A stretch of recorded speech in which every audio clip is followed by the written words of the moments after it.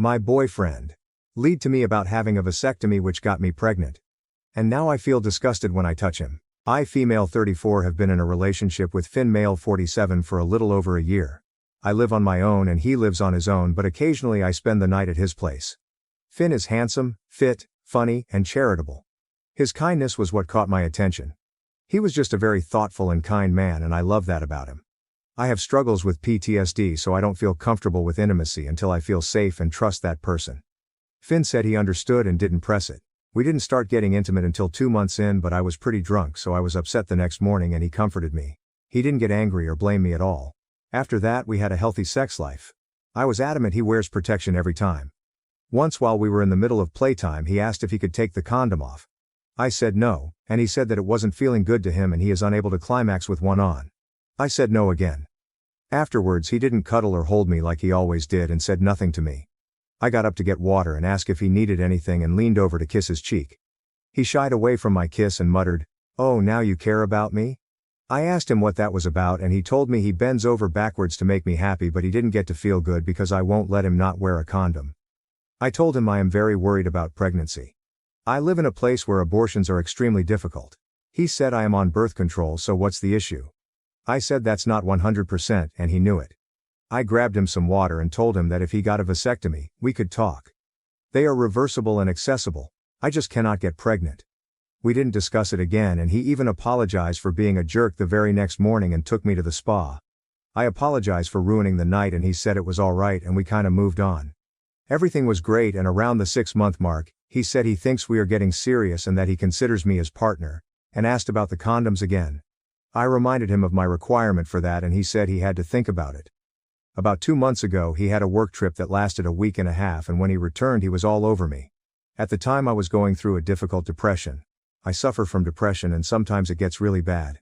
He seemed annoyed and made a remark that I am punishing him for missing and loving me so much, and he held my face and started kissing me again. After the back and forth for a few more minutes, I just gave up and we had sex.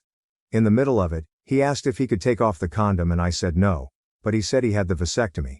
He was so excited to get me in bed he had forgotten to tell me. I stupidly said, well, all right then. After that he would forget the condemnation altogether, until my cycle was off. At first I figured it was stress, change in diet, a billion other possible reasons, but this nagging feeling came over me and I got tested. Pregnant. He found me crying on his bathroom floor and asked what was wrong, so I told him and he smiled and laughed like, "Really? That's amazing, baby?" And left me there, and he went whooping through the other room. When he came back he was rattling off so much info. He had a dream about this and now it's happening, so it must be a sign. My brain finally caught up and I asked about the vasectomy and he said, "It's not 100%, right? Like condoms and pills." I was puzzled as the only goalie we took out of the equation was condoms. He said it was a miracle and I told him absolutely not. I explained that my best friend lives in a different state and I will be going to visit and also benefit from the reproductive health clinics there. He went silent. He asked me if I really hated him that much and I didn't understand. I said I never want to be pregnant and that he knew this about me. That hasn't changed. He became extremely angry with me, saying I wouldn't dare murder his child and that if I loved him, I would never threaten that again. He explained that he will take care of us. He makes plenty of money and, "Don't I treat you like a queen? So all he is asking is that I have the baby." I said I needed to go and started packing to go home, and he followed me repeating things like, "You won't though, right? You won't murder my baby?" And stuff like that. He kept asking where I was going and I said home. I was too tired and emotional right now and I want to go home. He stepped in the doorway and said no, and we needed to talk about this. I started to get upset as he was blocking me and I felt trapped. I asked him to move and he said no. I asked him again, "I want to go home," and he said no again. He said, "You are not leaving, what part of that don't you get?" I started crying and grabbed my phone and backed away from him, telling him to stay away from me. Finn looked really sad and said I couldn't be serious. He would never hurt me and asked me to stop crying. I demanded he let me leave and he did. He has since been calling and texting me begging me to talk to him. He says I really hurt him by pretending to be scared of him, as I know he would never hurt me. He said he treats me like a goddess and I played the helpless victim card and that things like that can ruin a man's life. He then said that I wasn't thinking straight and, "Is your brain lying to you again?" When I have a PTSD or depressive episode, I sometimes say my brain is lying to me again, to make it seem less heavy a topic.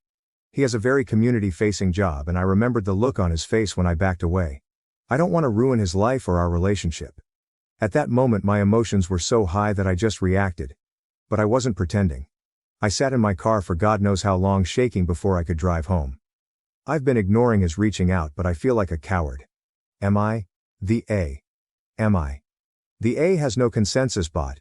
OP received mixed reactions. Relevant comments: omeprazole mommy. He literally lied about getting a vasectomy and got you pregnant after you had explicitly set boundaries. OP on if she lied about birth control to her boyfriend. OP answer: I am on the patch. Never lied about that. Update. He broke up with me and called me a murderer. So I made an appointment and got the abortion. It was honestly such a horrible experience, but my bestie was with me and the whole staff were so kind and supportive, so I am grateful. Thank you to those who encouraged me to get it done. It was awful, but pregnancy and being trapped with him would have been much worse.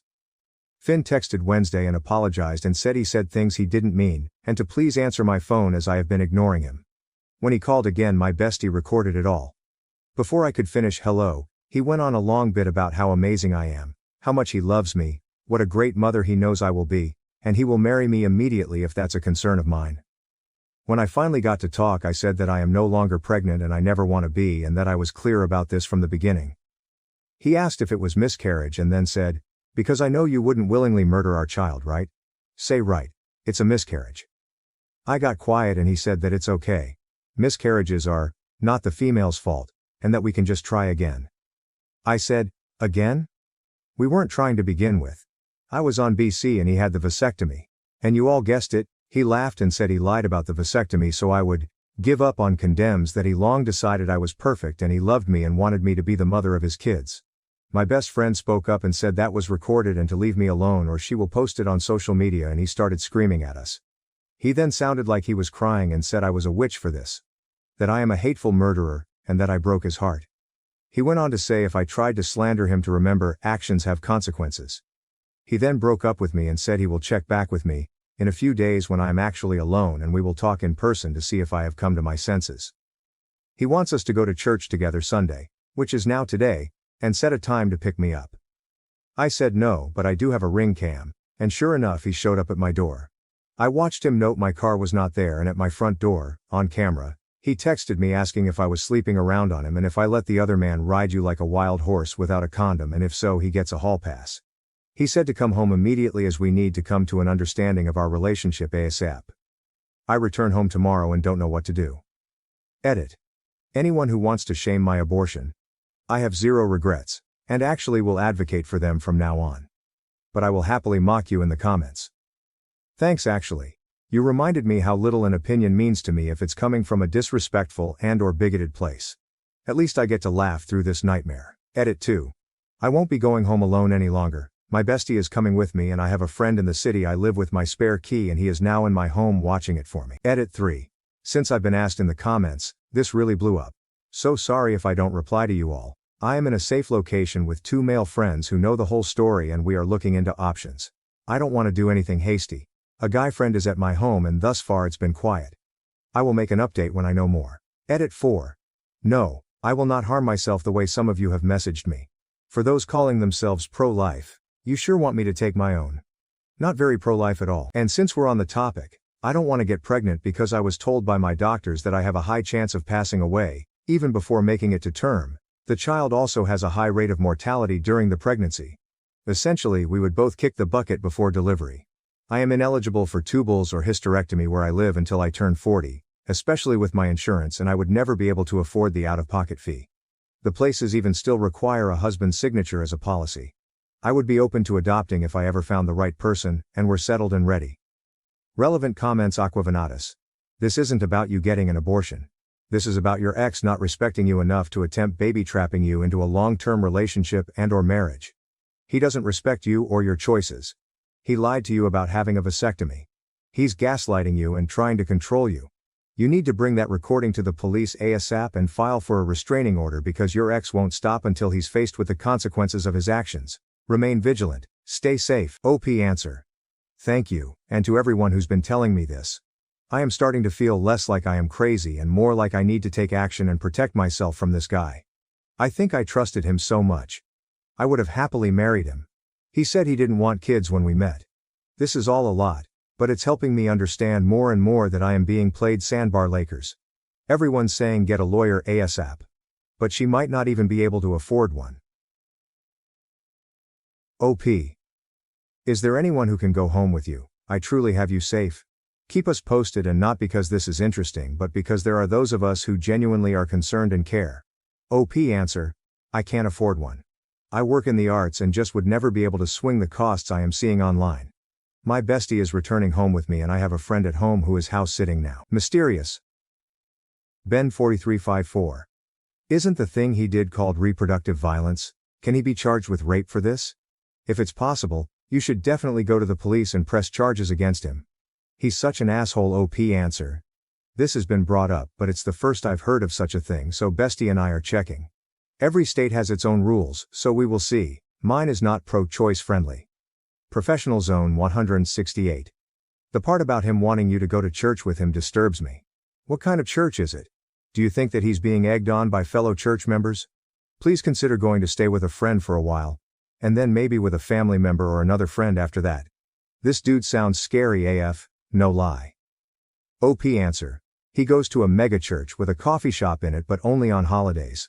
I told him I did not want to participate and only went with him because he begged for Easter. It was bigger than a 90s shopping mall with a shop and everything. Update 2. I actually forgot about my post, so I apologize. I didn't even realize so many of you messaged me to check in or offer kind words. A lot happened in a short time, but I will try to make it brief. Finn came to my home again, but I was not home. When my ring came, I saw him have a total fit. He was cursing me out, calling me on the phone, and when he got my voicemail he muttered, "I'm going to fucking kill her," over and over again, and said it super loud once before walking off. I have been getting a lot of hate mail, texts, and the like calling me a murderer. My Facebook was flooded with these messages as well, and most of the profiles were people who went to Finn's church. So I sent him a text that either the harassment stops or I will post the recordings of him. All of them. The call, his threats, the texts, his voicemails. All of it. He replied, "I have been patient in my love for you, but you are being a brat." And went on to say that I need to come to my senses and meet with him, because he will no longer spoil me, and discipline needs to be introduced to our relationship, because actions have consequences. As for the rest, I will skip over a bit for the sake of brevity. My bestie said that I should go to the police, and we did, but nothing concrete has come of it yet. Something I low-key expected, honestly. It's a small little city outside a bigger, more populated one, and the small town vibes can run deep in certain circles. Many of the people go to the church Finn is at, and that includes a lot of the police department. It came to a head last week when I sent some of the recordings to his parents, who are on staff at the local mega church in the area. His mom responded and asked to meet with me, so I went with my bestie to a public spot in the city. When she met with me, she was incredibly apologetic and said that his position at the church is terminated. The staff will meet about this and decide on the full measure of consequences as his church family. She told me that she herself had an abortion before Finn was born, and her decision to do so came hugely from the fact that the father was manipulative and abusive, and she was not ready to be a mother even if she had a reliable and loving partner and co-parent. She went on to meet Finn's father and married him and had her children. She told me that she isn't sure if I had an abortion or miscarriage, but either way, I should not be harassed by Christians claiming to be pro-life. I can't explain to you the relief those words gave me, considering the vile that was messaged to me. Finn's sister reached out to me via text to share that she does not condone what her brother has been doing, and to reach out if I needed anything. Finn later was arrested for assault. I came to find out, but I don't know who he assaulted or why. Just that he was taken into custody, and as he put me down as his partner, I was called to pick him up as he had been released.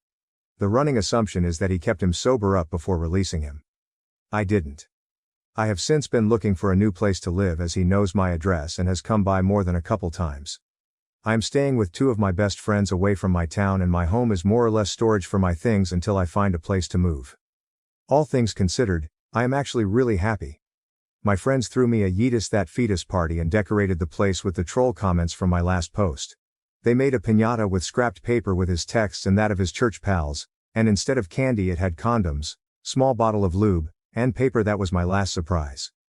They pooled together a nice-sized donation to reproductive health clinic near my city, and they pledged hours to volunteer. We are taking a summer trip together to have a hot girl summer kickoff and have many things planned.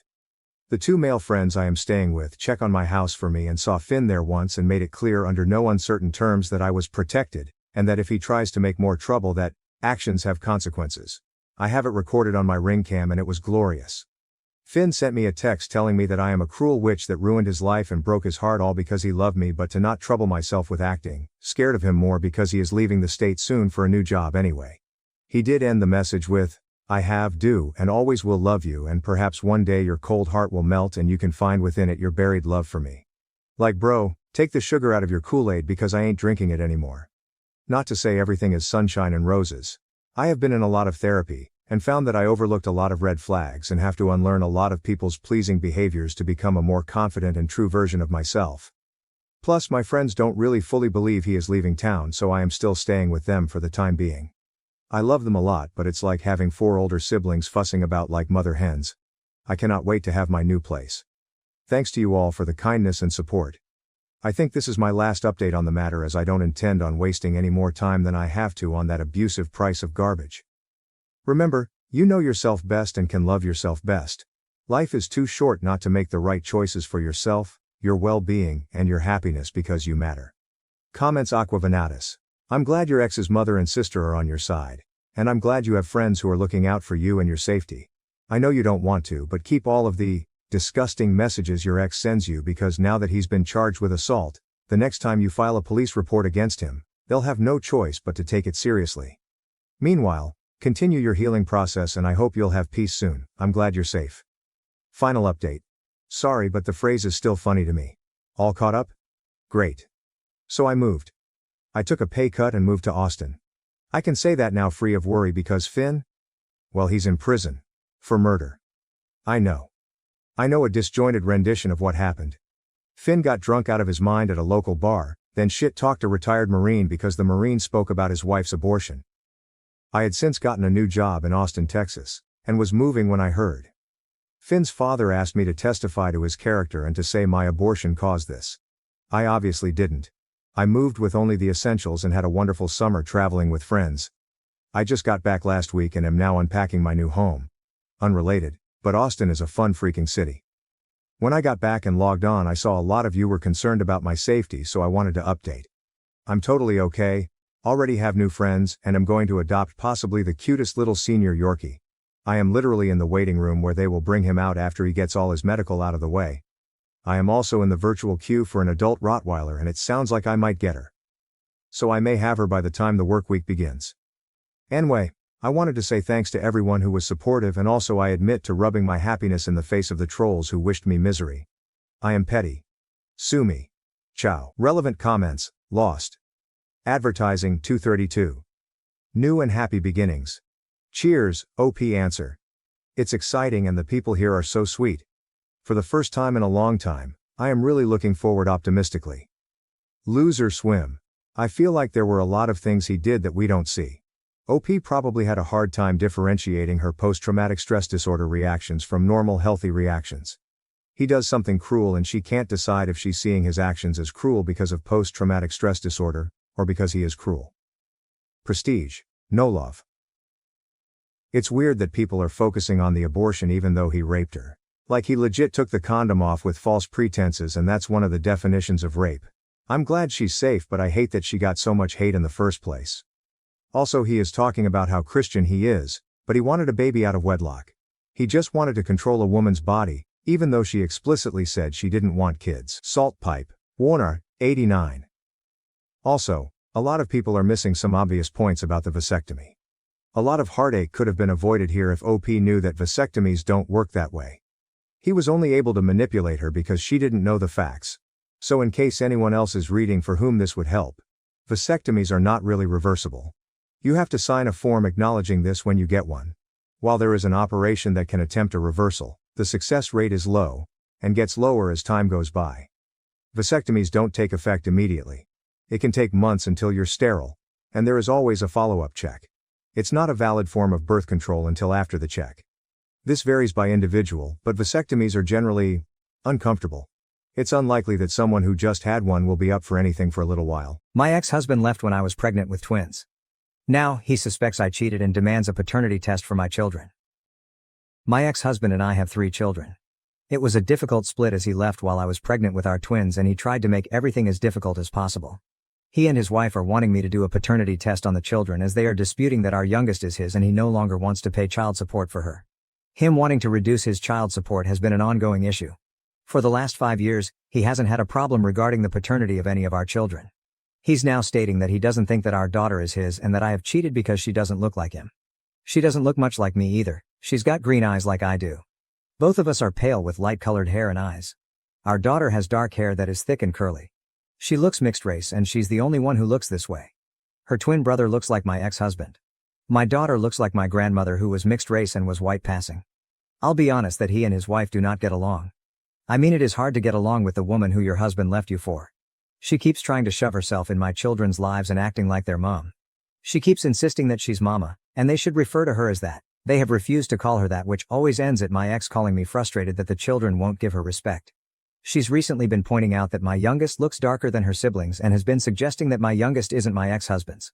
I'm close with my former SIL, ex's brother's wife, and she told me before my ex did that he wanted a paternity test and was going to stop paying child support for her. She's also said that ex and his wife are once again having money issues. This was something I had already suspected as he had stopped taking them on his weekends as he was having to work overtime. Before people tell me to document this, I have everything documented. I refuse to answer calls from him, which forces him to either text or email me so that I can keep conversation records as I don't trust him. After I found out about him wanting a paternity test, I told him that I wasn't going to consent to him doing a paternity test on the children and the only way he was getting one is if he took me to court. He told me that it was clear our daughter wasn't his and that she didn't look like her siblings. He argued that he couldn't afford court and I was holding his money hostage by forcing him to pay for a child who isn't his. He has now apparently been whining about me on Facebook about how I cheated on him and am forcing him to raise another man's child and forced him to sign the birth certificate. I didn't, he wasn't even there, but as we were still married I could put him on without him being there. I don't follow him. I had one of his friends try and confront me about it. I want my children to have a relationship with their dad and I feel like this is stopping them. Though on the other hand, I know there will be something else he, or his wife, takes issue with down the line. AITA for refusing to do a paternity test. Edit. I thought I'd put this in my post but I didn't. Really should have proofread this rather than posting in anger. My ex wants me to pay for the paternity test. He doesn't want to because of his financial situation, which is why I told him to take it to court and get a court-mandated one. I know if I was to pay for it then he would want another one because he'll think that I tampered with it as I paid for it. He did the same when I had the house valued so I could give him half. He didn't like what the first person valued it at so had to get another. I know I haven't cheated on him and she is his. I know some didn't like me referring to her as my youngest. Both her and her brother don't like being referred to as twins, or as one, so I don't refer to them as such. Since they were toddlers they have been very independent from each other and want to be treated as such. She is not my only daughter, my eldest is also a girl. Update. So I did not expect so many comments on my last post. After I posted in my frustration over the paternity test situation, my ex-husband, we'll call him Jim, and his wife kept trying to get me to consent to and pay for the paternity test. I refused to pay because I know Jim, when the result isn't what he wants he will accuse me of tampering with the results. When I kept saying no, they ran to whoever would listen complaining about me and how I was forcing them to pay for a child that wasn't Jim's. For those who may not have read my last post, the child in question is my youngest daughter and a twin. Jim does not contest that her twin brother is his. But apparently along with being a bitch over this, I'm also a cat. News to me. Honestly, I didn't think he was that much of an idiot, but here we are. Jim kept complaining to his dad, Mick, and brother about me and how I was being financially abusive by taking money from him for a child that wasn't his and refusing to pay for the paternity test. Now Mick and I get on very well. He adores his grandchildren. They also adore him. And I have never attempted to stop them having a relationship, unlike Jim who often attempts to weaponize the children. I get on very well with Jim's family and we are close. His SIL, his brother's wife, and I are very close. She's the sister I never had, only child problems. Mick asked if he was to pay for a paternity test, if I would allow it to happen. Mick explained that he wasn't accusing me of anything but he was fed up with seeing Jim and his wife drag me every chance they got. He understood why I was refusing and agreed with me. I agreed but stated that Jim should choose the company that the paternity test is done through and I didn't want to know which one was chosen. That way I wasn't involved. So we had the paternity test. Mick paid for all 3 children to be tested and had them tested with the private company Jim chose and then a private company Mick's lawyer recommended. Mick explained he did this so that if Jim started arguing against the results calling them fake then Mick had another set to back them up. And what do you know, all 3 children are Jim's. Since we've gotten the results Jim has tried arguing that they're wrong and that youngest definitely isn't his. He has also been taking to Facebook to complain about me and is threatening to take me to court for fraud. The man couldn't afford to pay for a paternity test. He definitely can't afford a lawyer to take me to court, but I'd like to see him try. Former SIL has been screenshotting some of his comments and sending them over to me, which we've been having a giggle over, especially since one of the things Jim has whining about is finding out I've been dating a former friend of his. I say former because he, along with some others, were cut out by Jim's wife. Jim's upset because I'm alienating him from the children by dating someone new, coming from the man who left me when I was pregnant for his now wife, who keeps trying to insist she is mama to my children. My children only met my boyfriend for the first time this weekend, after we had been dating for a year. Before people jump to Jim's defense and claim I'm alienating him, I've never stopped him seeing or communicating with the children. He's the one that decides when he's interested in being their dad. So yeah, unsurprisingly my children are Jim's. Jim's still an idiot. The children are happy as they're off to have a sleepover at their granddad's with cousins, while I get to have wine and spend the evening catching up with former SIL. Jim and his wife are still mouthing off on social media, but it's falling on deaf ears for the most part. Relevant comments. Comment 1, he left when you were pregnant with twins but doesn't believe the youngest is his. I didn't read past that because that doesn't make sense to me. Wouldn't the twins then be the youngest? OP, that's correct. She is the younger of my twins. Comment 2, so he thinks only one of the twins isn't his? OP, yep, he only thinks one of the twins is his. I wish I could explain why he thinks that, but he was never the smartest. I caught my boyfriend cheating just before his big night. Should I expose him or exit gracefully? What should I do? I won't go into all the gory details of our relationship. We were in love, and well, I still love him. But I found out, clearly he does not. I discovered proof that he has been cheating on me for a while. In the form of small home movies of them. I don't know the girl, and from the looks of their conversations, yep, went ahead and post-discovery snooped, she has no idea I exist. Tonight is the biggest night of my BF's life. He's receiving a state award at a big dinner with a few hundred people attending, from his mom and dad to councilmen and all of that. In fact, the only reason I discovered this transgression is because I've been putting together a little video for him to enjoy some of the key moments of his life. You know, typical sappy shit. I'm burdened with a lot of power right now, and I don't know if I have it in me to do the right thing. Or if I even know the right thing. I'm blinded with tears of rage and sadness and betrayal, but at the same time, I love him, have loved him, and do I really want to do this? The relationship is over, no doubt about it. I am not a woman who will take her man cheating on her, certainly not. That's not the issue. The issue is, there are cutest selfies of the two of them. A lot of them, only shared between the two of them. Nothing lewd, there's plenty of that on camera though. Do I sneak one in the snap reel as a way of letting him know that I know? Or do I simply confront him after his moment in the sun passes? I'm not going to pick up everything and leave without cutting contact. That's not my style and it wouldn't make me feel good, just very sad. Do I do the bitchy thing for once in my life? To anyone looking at the snap reel, it would just look like a picture of him and a friend. But to him and to me, it would be a private message, an outing. Help me Reddit. I don't know what to do this time. TLDR, found out BF was cheating on me, and have the power to let him know via slipping a photo of the two of them into the snap reel showing tonight. Should I do it or gracefully exit his life? Relevant comments. Comment 1. Nah, you know what? If there's really nothing that anyone would pick up on other than the two of you, you slip that photo into the slideshow. Make eye contact with him when the photo appears on screen. Then, when it's over, you stand up and walk out. It ain't the high road, but nobody needs to walk the high road all the time. OP, I chuckled. I think the only reason I would do this is to make eye contact with him so that he knows I know. But I'm not sure I have the guts to do that. I'm not exactly Olivia Pope. Update, found out BF was cheating on me, and had the power to let him know via slipping a photo of the two of them into the snap reel showing tonight. Should I do it, or gracefully exit his life? Well, it's been a month and a half since this all went down.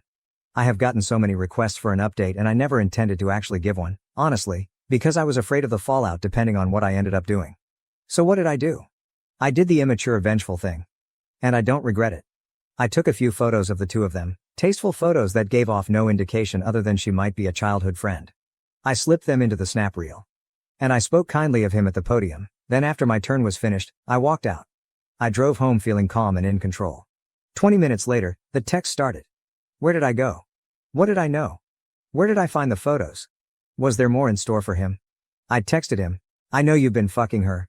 But there are no more photos. There weren't any, and of course I left it at that. He didn't come home that night. Or the next. The next day, he called me to ask me if we could meet and talk at a public location. I agreed to meet him at Starbucks. I arrived early, waited for him. He showed up a few minutes late and took the seat across from me.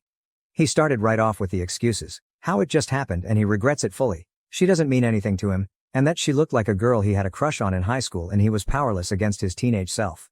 I didn't interrupt him, just let him have his time. When he was done and looking at me for a sign of what might happen next, all I could say was, "So where did you stay the past few nights?" "Her house." "And what did you do?" He wouldn't answer. There hadn't been any doubt in my mind. Really. I knew I was leaving him. He talked over himself, apologizing, begging for forgiveness, saying he'd change. I told him that I didn't want him to have to change himself.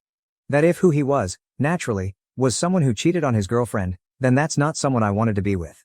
He said that he was thinking of proposing to me, and all I could say after that was, "Good thing I found out before." Fast forward to a few weeks later. He's moved out and I'm doing well. We have cut off contact.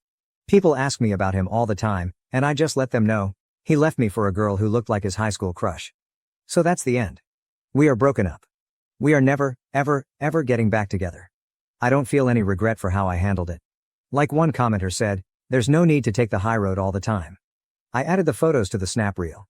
He saw them. We broke up and are never getting back together. I don't regret my choice, only that I wasted 3 years with an overgrown child. Am I the A for upsetting my coworker? By calling her work sister after she called me work husband during an office happy hour in front of everyone. June 27, 2024. I, 34 years old, work in a small office with about 30 people. Mary, 35 years old, is one of my coworkers. We have been working together for 6 years now. Our department has 6 people, and we frequently travel across the state for government projects. We always travel in pairs, and although my travel partner changes based on the project, Mary and I are generally assigned to similar projects and enjoy each other's company. My wife also likes Mary. Overall, we have a very healthy work relationship. On to the incident. Yesterday, we had a happy hour at our office, and we were all drinking after work hours and chatting. A group of around 10 people stayed back. Mary was talking about how much we have traveled together in the last year. She was roasting me for my travel habits, like always forgetting stuff in my hotel room and being sweaty and stinky at breakfast because I go to the hotel gym. Everyone was laughing, and she made it sound like I was unbearable to travel with, all in good fun. I also shared some funny and sweet stories about her and agreed that I can be difficult to travel with sometimes. Mary came to me, hugged me tightly, and told me that she loves me and that I am her work husband. Although it was innocent on the surface, she might have been a bit drunk and didn't let go of her tight hug. I also hate that phrase because I have a wife whom I promise to be with forever, not just during non-working hours. After a few seconds, I started feeling uncomfortable and noticed a few people staring at us. To diffuse the situation, I gently took her hands off my shoulders and told her she was my work sister and that's why I love to annoy her so much.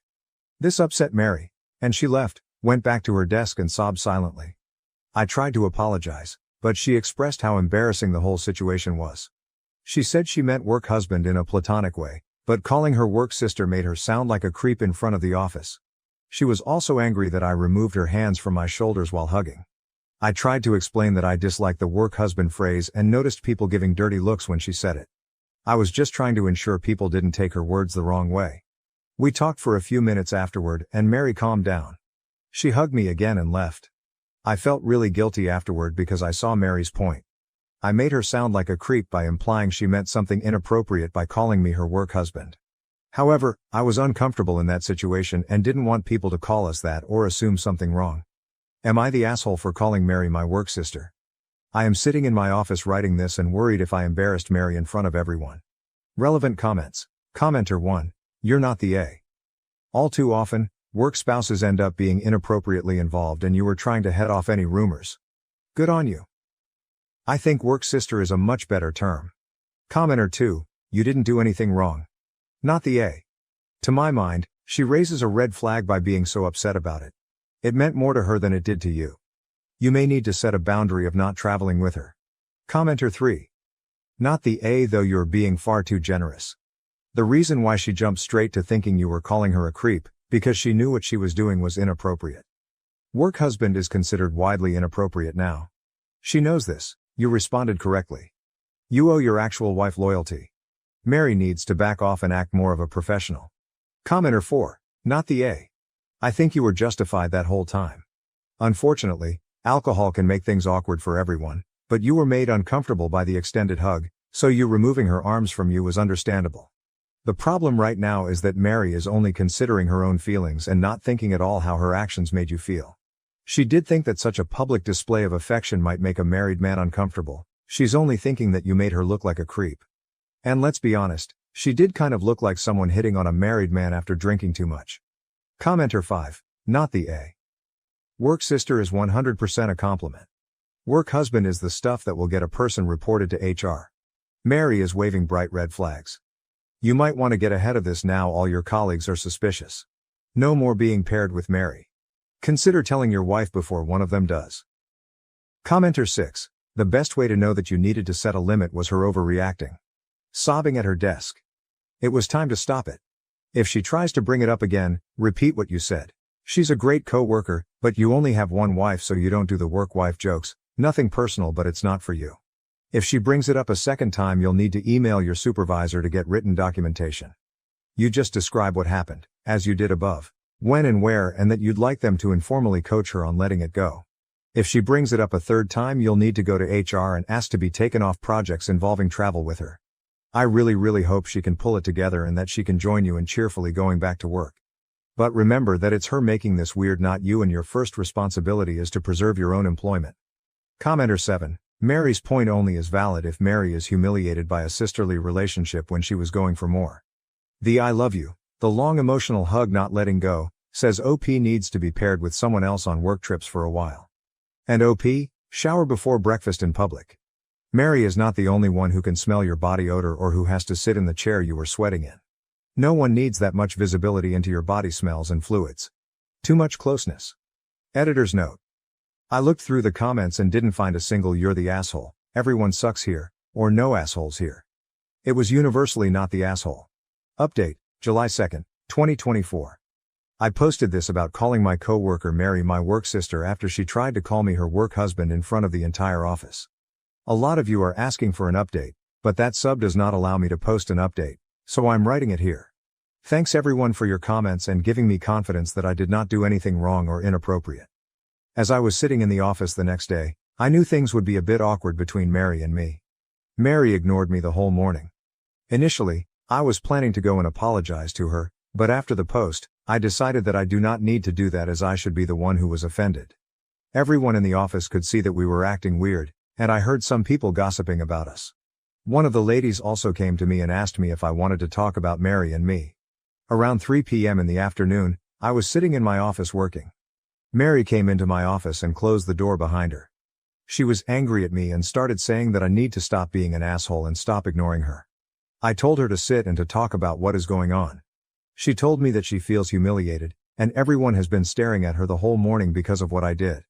I also stood my ground and told her that I was okay with her making fun of me, but calling me her work husband and hugging me in front of everyone for a long time made the situation awkward. She told me to get over myself and that I should know exactly what she meant. Mary said that I made a big deal of what was supposed to be a joke and made it awkward for everyone. She said calling someone work husband is a normal thing and just means that she knows me intimately like a spouse would. She said that because we spend so much time traveling together, she knows all the intimate details of how I behave outside work. I stopped her and told her that I felt offended by the term work husband, because I have a wife and I do not want people to use that term to describe our relationship. I told her that she would not understand as she is single, but as a married man, I really do not want anyone to describe me as a husband in any capacity.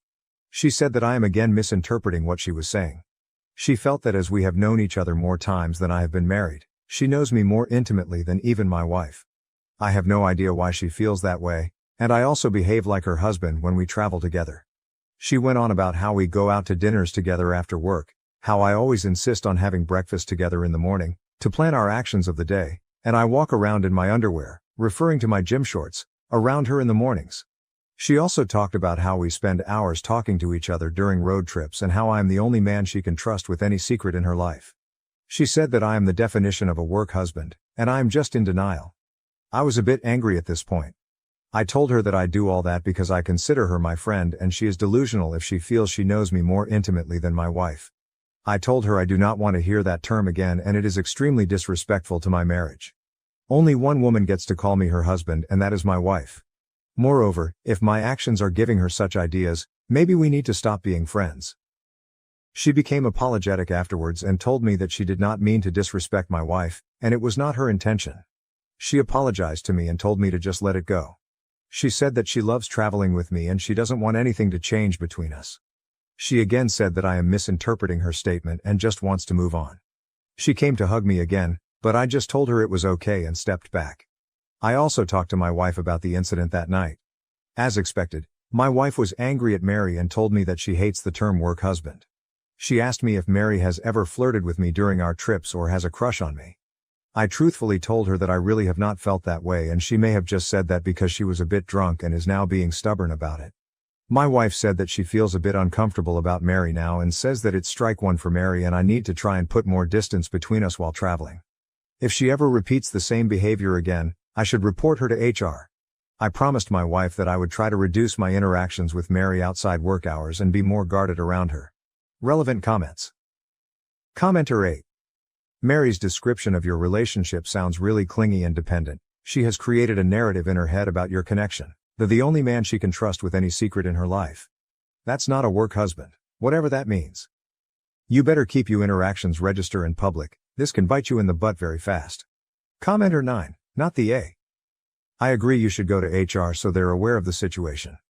I would also suggest no more business trips with her if possible. The fact that she claims to know you more intimately than your wife is not only delusional and disrespectful, it's concerning. She's only beginning to show her crazy side. Commenter 10, not the A. I also think that if you're married, the terms work husband or wife are very inappropriate. Your wife sounds like a very reasonable person. She's upset but not taking it out on you. You made the right call, and if anything you could even get ahead of the game by going to HR now about the situation. OP. Just curious, but what would the HR complaint even be? I feel uncomfortable about the situation, but beyond speculation, I do not see what I can complain about. Commenter 11. Hey HR person. I would like to file something with you just so it's on record. At the moment it feels like things are resolved, but just in case something else happens in the future I just want to cover all bases. Here's what happened. Here's what I did about it. Here's what Mary's response was. Here's where things are at now. I don't want anyone to have another conversation with her at this time because I believe it will escalate things instead of letting things die down. But if she doesn't let things go, I wanted HR to be in the loop. Commenter 12. Not the A. I agree with you, wife. Mary's reaction was so often defensive. Instead of owning it and apologizing, she continued to double down and say that she knew you more intimately. She is quite the presumptuous woman.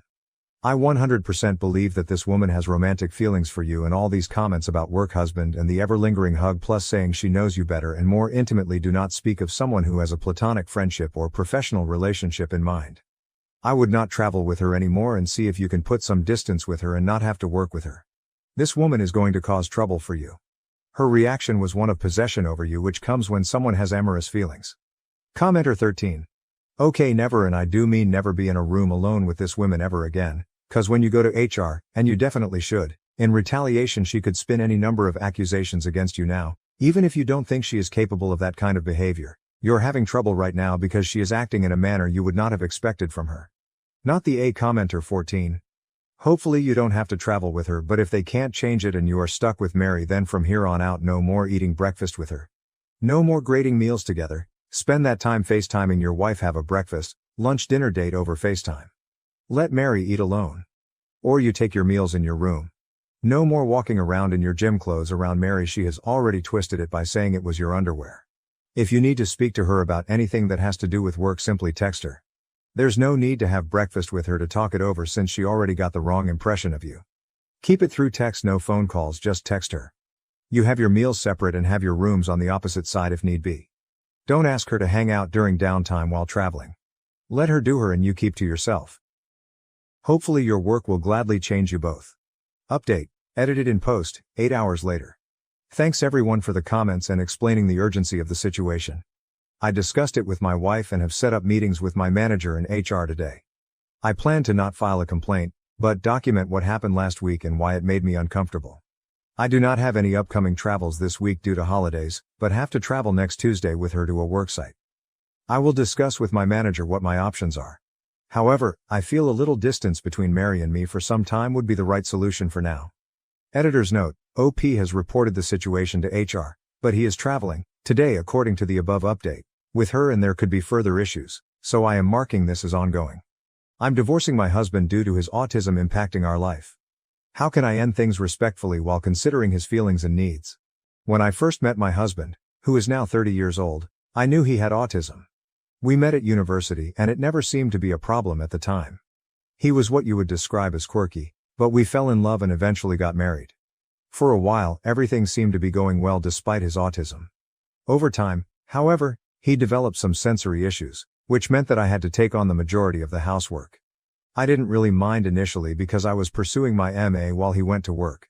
However, as time passed, his autism became more noticeable and began to affect our daily lives in more significant ways. At first, I couldn't have my girlfriends over without giving him a week's notice, and eventually, it became completely off the table. I accepted that he didn't like other people entering our space, so we had our hangouts at my friends' places instead. Then I had to start doing chores on his schedule so he could be mentally prepared for the noise of the vacuum. These were all small adjustments, but they began to add up. A few weeks ago, it hit me that I wanted out of this marriage. I recently finished my PhD and got a job offer in a different state. It is a fantastic offer, and I want to take it. I started looking at places to live, but many of them were already out of the question because they wouldn't accommodate my husband's many rules and sensory needs. As I was searching for new places, I realized that I want to get a divorce. I want to move and be able to vacuum when I want and have friends over whenever I choose. I want to eat out without having to check that the restaurant doesn't play loud music, and I want to eventually meet someone who is capable of doing half of the housework. My decision has been made, but now I face the difficult task of telling my husband that I am leaving. I want to do it respectfully, but at the same time, I feel like he deserves to know why I'm making this decision. I think I am leaving him because he has autism, and I fear that this truth will break him and at the same time make me feel like a horrible person. It is a delicate situation, and I'm not sure how to approach it. I care about him deeply and do not want to hurt him, but I also need to think about my own happiness and well-being. I hope to find a way to explain my feelings honestly without causing him unnecessary pain. Relevant comments. Comment 1. Don't tell him you're leaving him because he's autistic. He's always been autistic and always will be, and you're not leaving him because he's autistic. Focus on the actual reasons. That his needs and boundaries aren't compatible with yours anymore. That your relationship isn't equitable and you're unhappy. That you are not okay being in a relationship where you do 100% of the housework, can never have anyone over, and have to plan everything around his schedule. It's harder when there's a valid underlying reason, but all these things would be true if he wasn't autistic. Comment 2. Yes, this. Usually, you should not tell someone with a disability that their disability is why you're leaving them. At all. If their disability is what makes them incompatible with you, then you should tell them they're incompatible, but don't say that the incompatibility is due to the disability. Comment 3. He will know whether you tell him or not. I have had guys break up with me over my PTSD. Listing my PTSD symptoms, but not naming my PTSD doesn't fool me. I am not an idiot because I'm disabled. Comment 4. That's pretty cruel honestly. It sucks either way, but it's extremely clear that the reason she's leaving is his autism has progressively gotten worse, which is not uncommon. The problems he has are things you can work on, but she's clearly not interested in doing that because it can take years before even slight progress is made. She should tell him because it's the truth. Comment 5. I disagree, and we're taking all the blame away from the husband here because of his disability. I don't care about his supersensibility or whatever, he could just leave the house or find a way. It's the adult thing to do, to try to make up for the things you lack instead of just dumping your problems onto your partner. But he's just letting the wife progressively have more and more work. Relationships are based on boundaries and agreements. Each party gives something in it. That is determined at the start of the relationship, and while some can change, both parties have to agree with it. The husband changed because of his disability, but instead of finding a new way to make things work, the wife just had to progressively take on more and more work. I get it. Autism isn't nice to have. It can be horrible, but the wife isn't his caretaker. She doesn't have the responsibility for that. It's cruel, yes. But she has to just deal with his problems without his help. It's cruel to her. Comment 6. Yes, she is 100% leaving him because of his autism. If he was not autistic, she would stick around. He's not just an asshole, he has a disability she can no longer deal with. Downvote me all you want, but she should definitely be honest with him, especially since he has autism. He likely won't understand otherwise. Comment 7. Nope, she's leaving him because he doesn't help her and she feels isolated from the rest of the world. The only reason this behavior is in any way excusable is because he has a neurodivergent. If anything, one could argue she only stayed with him because he has autism, because without that explanation for the behavior, we'd all be calling him a man-child and probably worse things. He is not a man-child. He's neurodivergent, but he still isn't behaving like a partner. Comment 8. She's not leaving him because he has autism. She's leaving him because she can no longer live with some of the specific things caused by his autism. There's a huge difference. People with autism have their own individual struggles and concerns, and the levels of intensity vary vastly as well. If he were struggling with things that weren't causing such a disruption in her day-to-day life, she may not leave him. That's an important distinction. Comment 9. You're not leaving him because he's autistic. You're leaving him because he is unwilling to compromise. Take it from a married autistic man, marriage is still just as much a give and take as it is for neurotypicals. That being said, he may not realize the impact he is having on you. If he isn't, then it may be a good idea to, either through a series of conversations or therapy, express what you're feeling in a direct manner with specific examples, assuming you haven't done this already. Comment 10. You could tell him that you wanted a partner that equally helps with the house, but it's slowly become your sole responsibility. Marriages are about compromises, but it seems that you've been the one who has to do all the compromises to keep him happy, which has led to your resentment of him. Instead of him managing and taking responsibility for his new sensory issues, he's dealt with it by avoiding it. You're not divorcing him because of his autism, but because of always putting his needs first. You've come to realize that the two of you aren't compatible anymore and can't both have your needs met while keeping the other happy. Highlight comment. Can I also say that these are manageable things? I have ASD and extremely painful sensory processing, like your husband. But I still find ways of managing my house and life. For example, I don't like the vacuum, but I'll use a broom or set my little robot vacuum to do things when I'm not around. The same goes for the washing machine and dryer. I just set them for a time when I'm not around. I also have ear defenders, like concert plugs and noise-canceling headphones, that help me get through chaotic environments. I'll tend to pack away and do the dishes myself because I know I won't clang them, which would normally set off a migraine.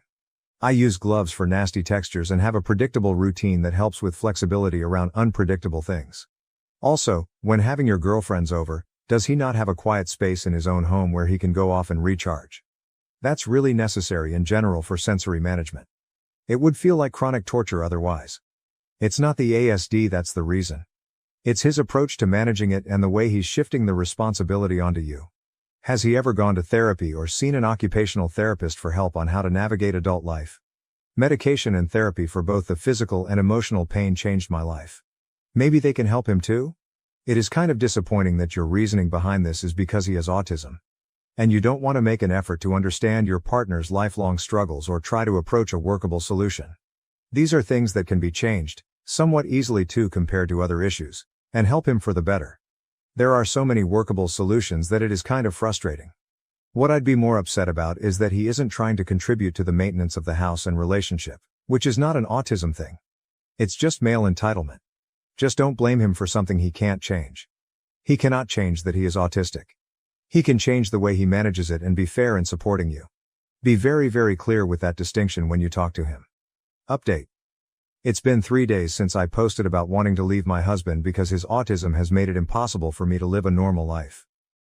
Some of you suggested that he may be using his autism to get out of doing housework, and I'm afraid you were not wrong. Yesterday, I sat him down and explained that the situation had reached a point where I am no longer happy, and I haven't been for a while. I told him that I no longer love him and that there is zero attraction left. However, I still care for him, and I assured him that I was willing to continue paying my share of the rent. We split everything 50-50ths, for 3 more months after I move out so that he has enough time to find a place that suits his needs. He did not take the news well at all.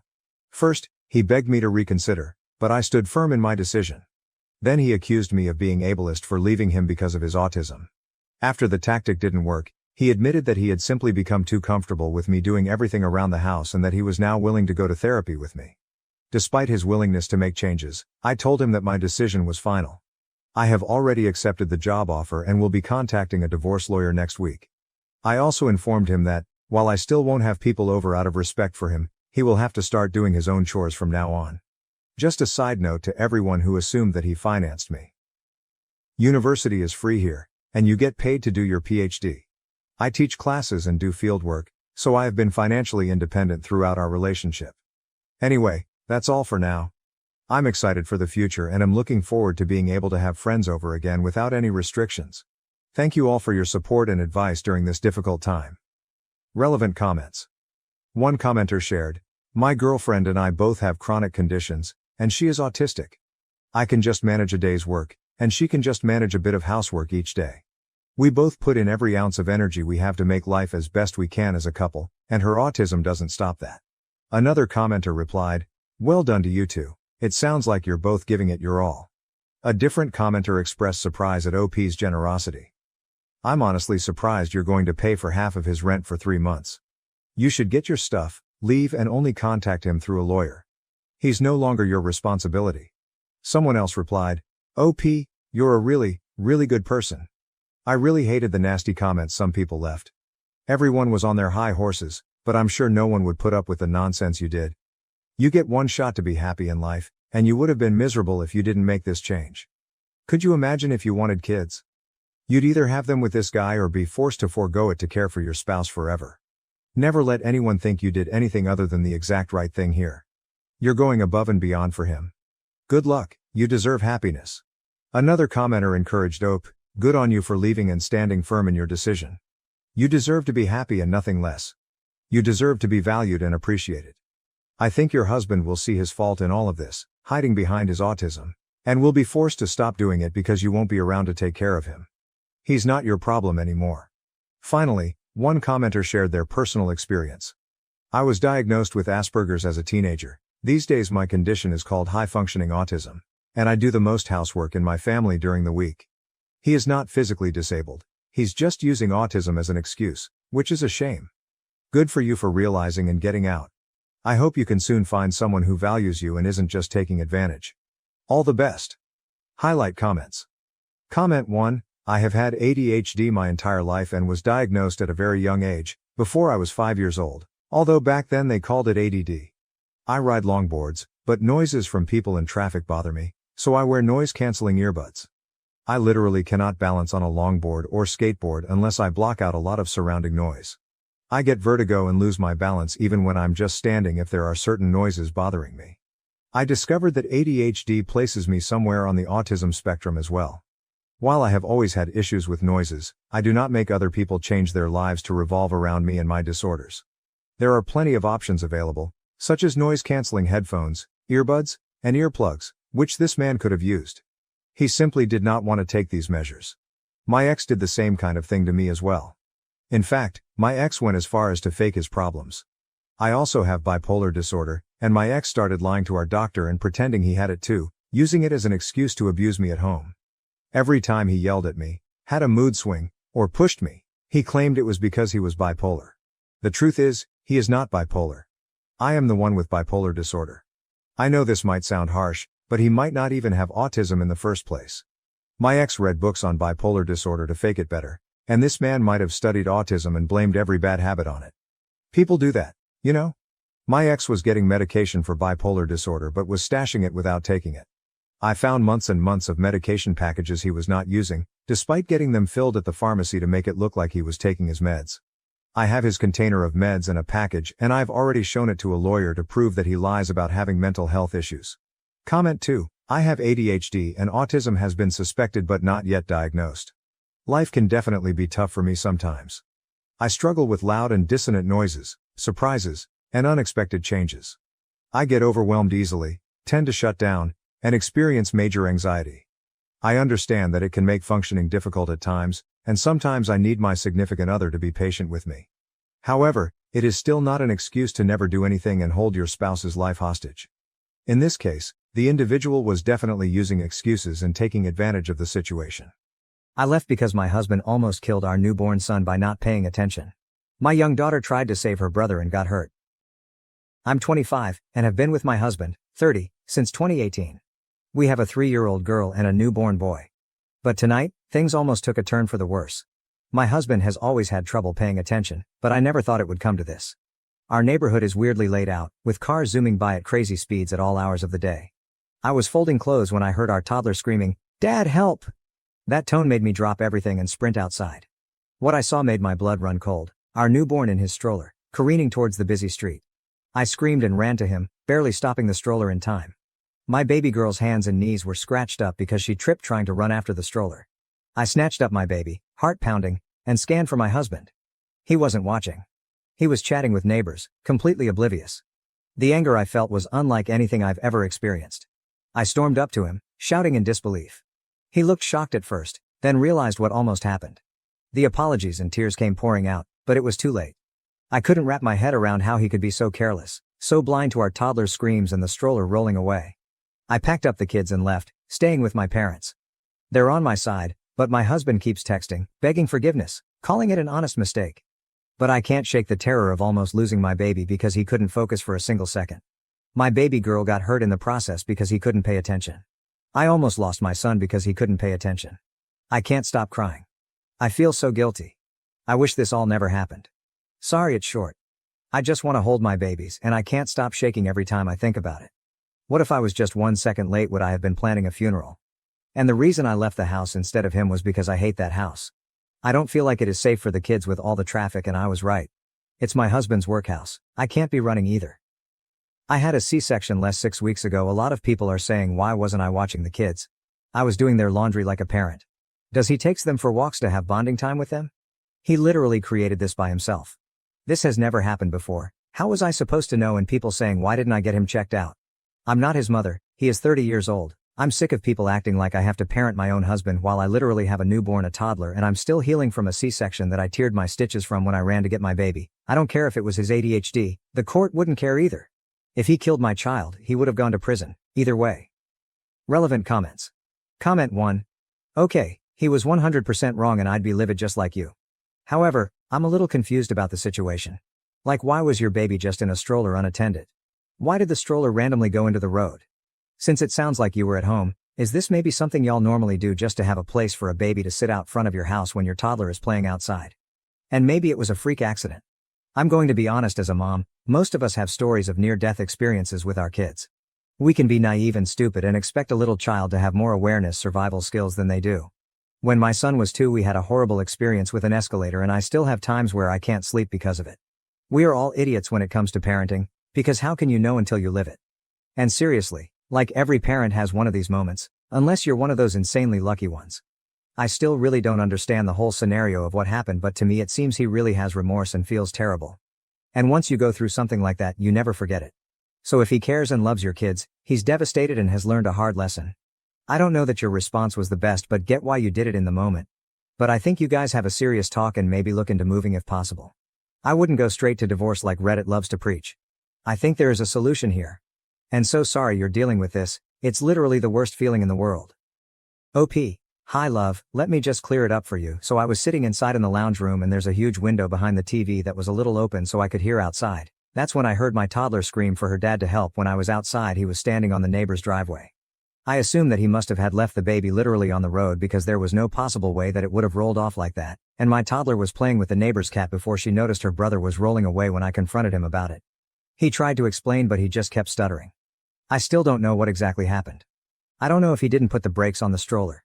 If the wind blew him away, I just don't know.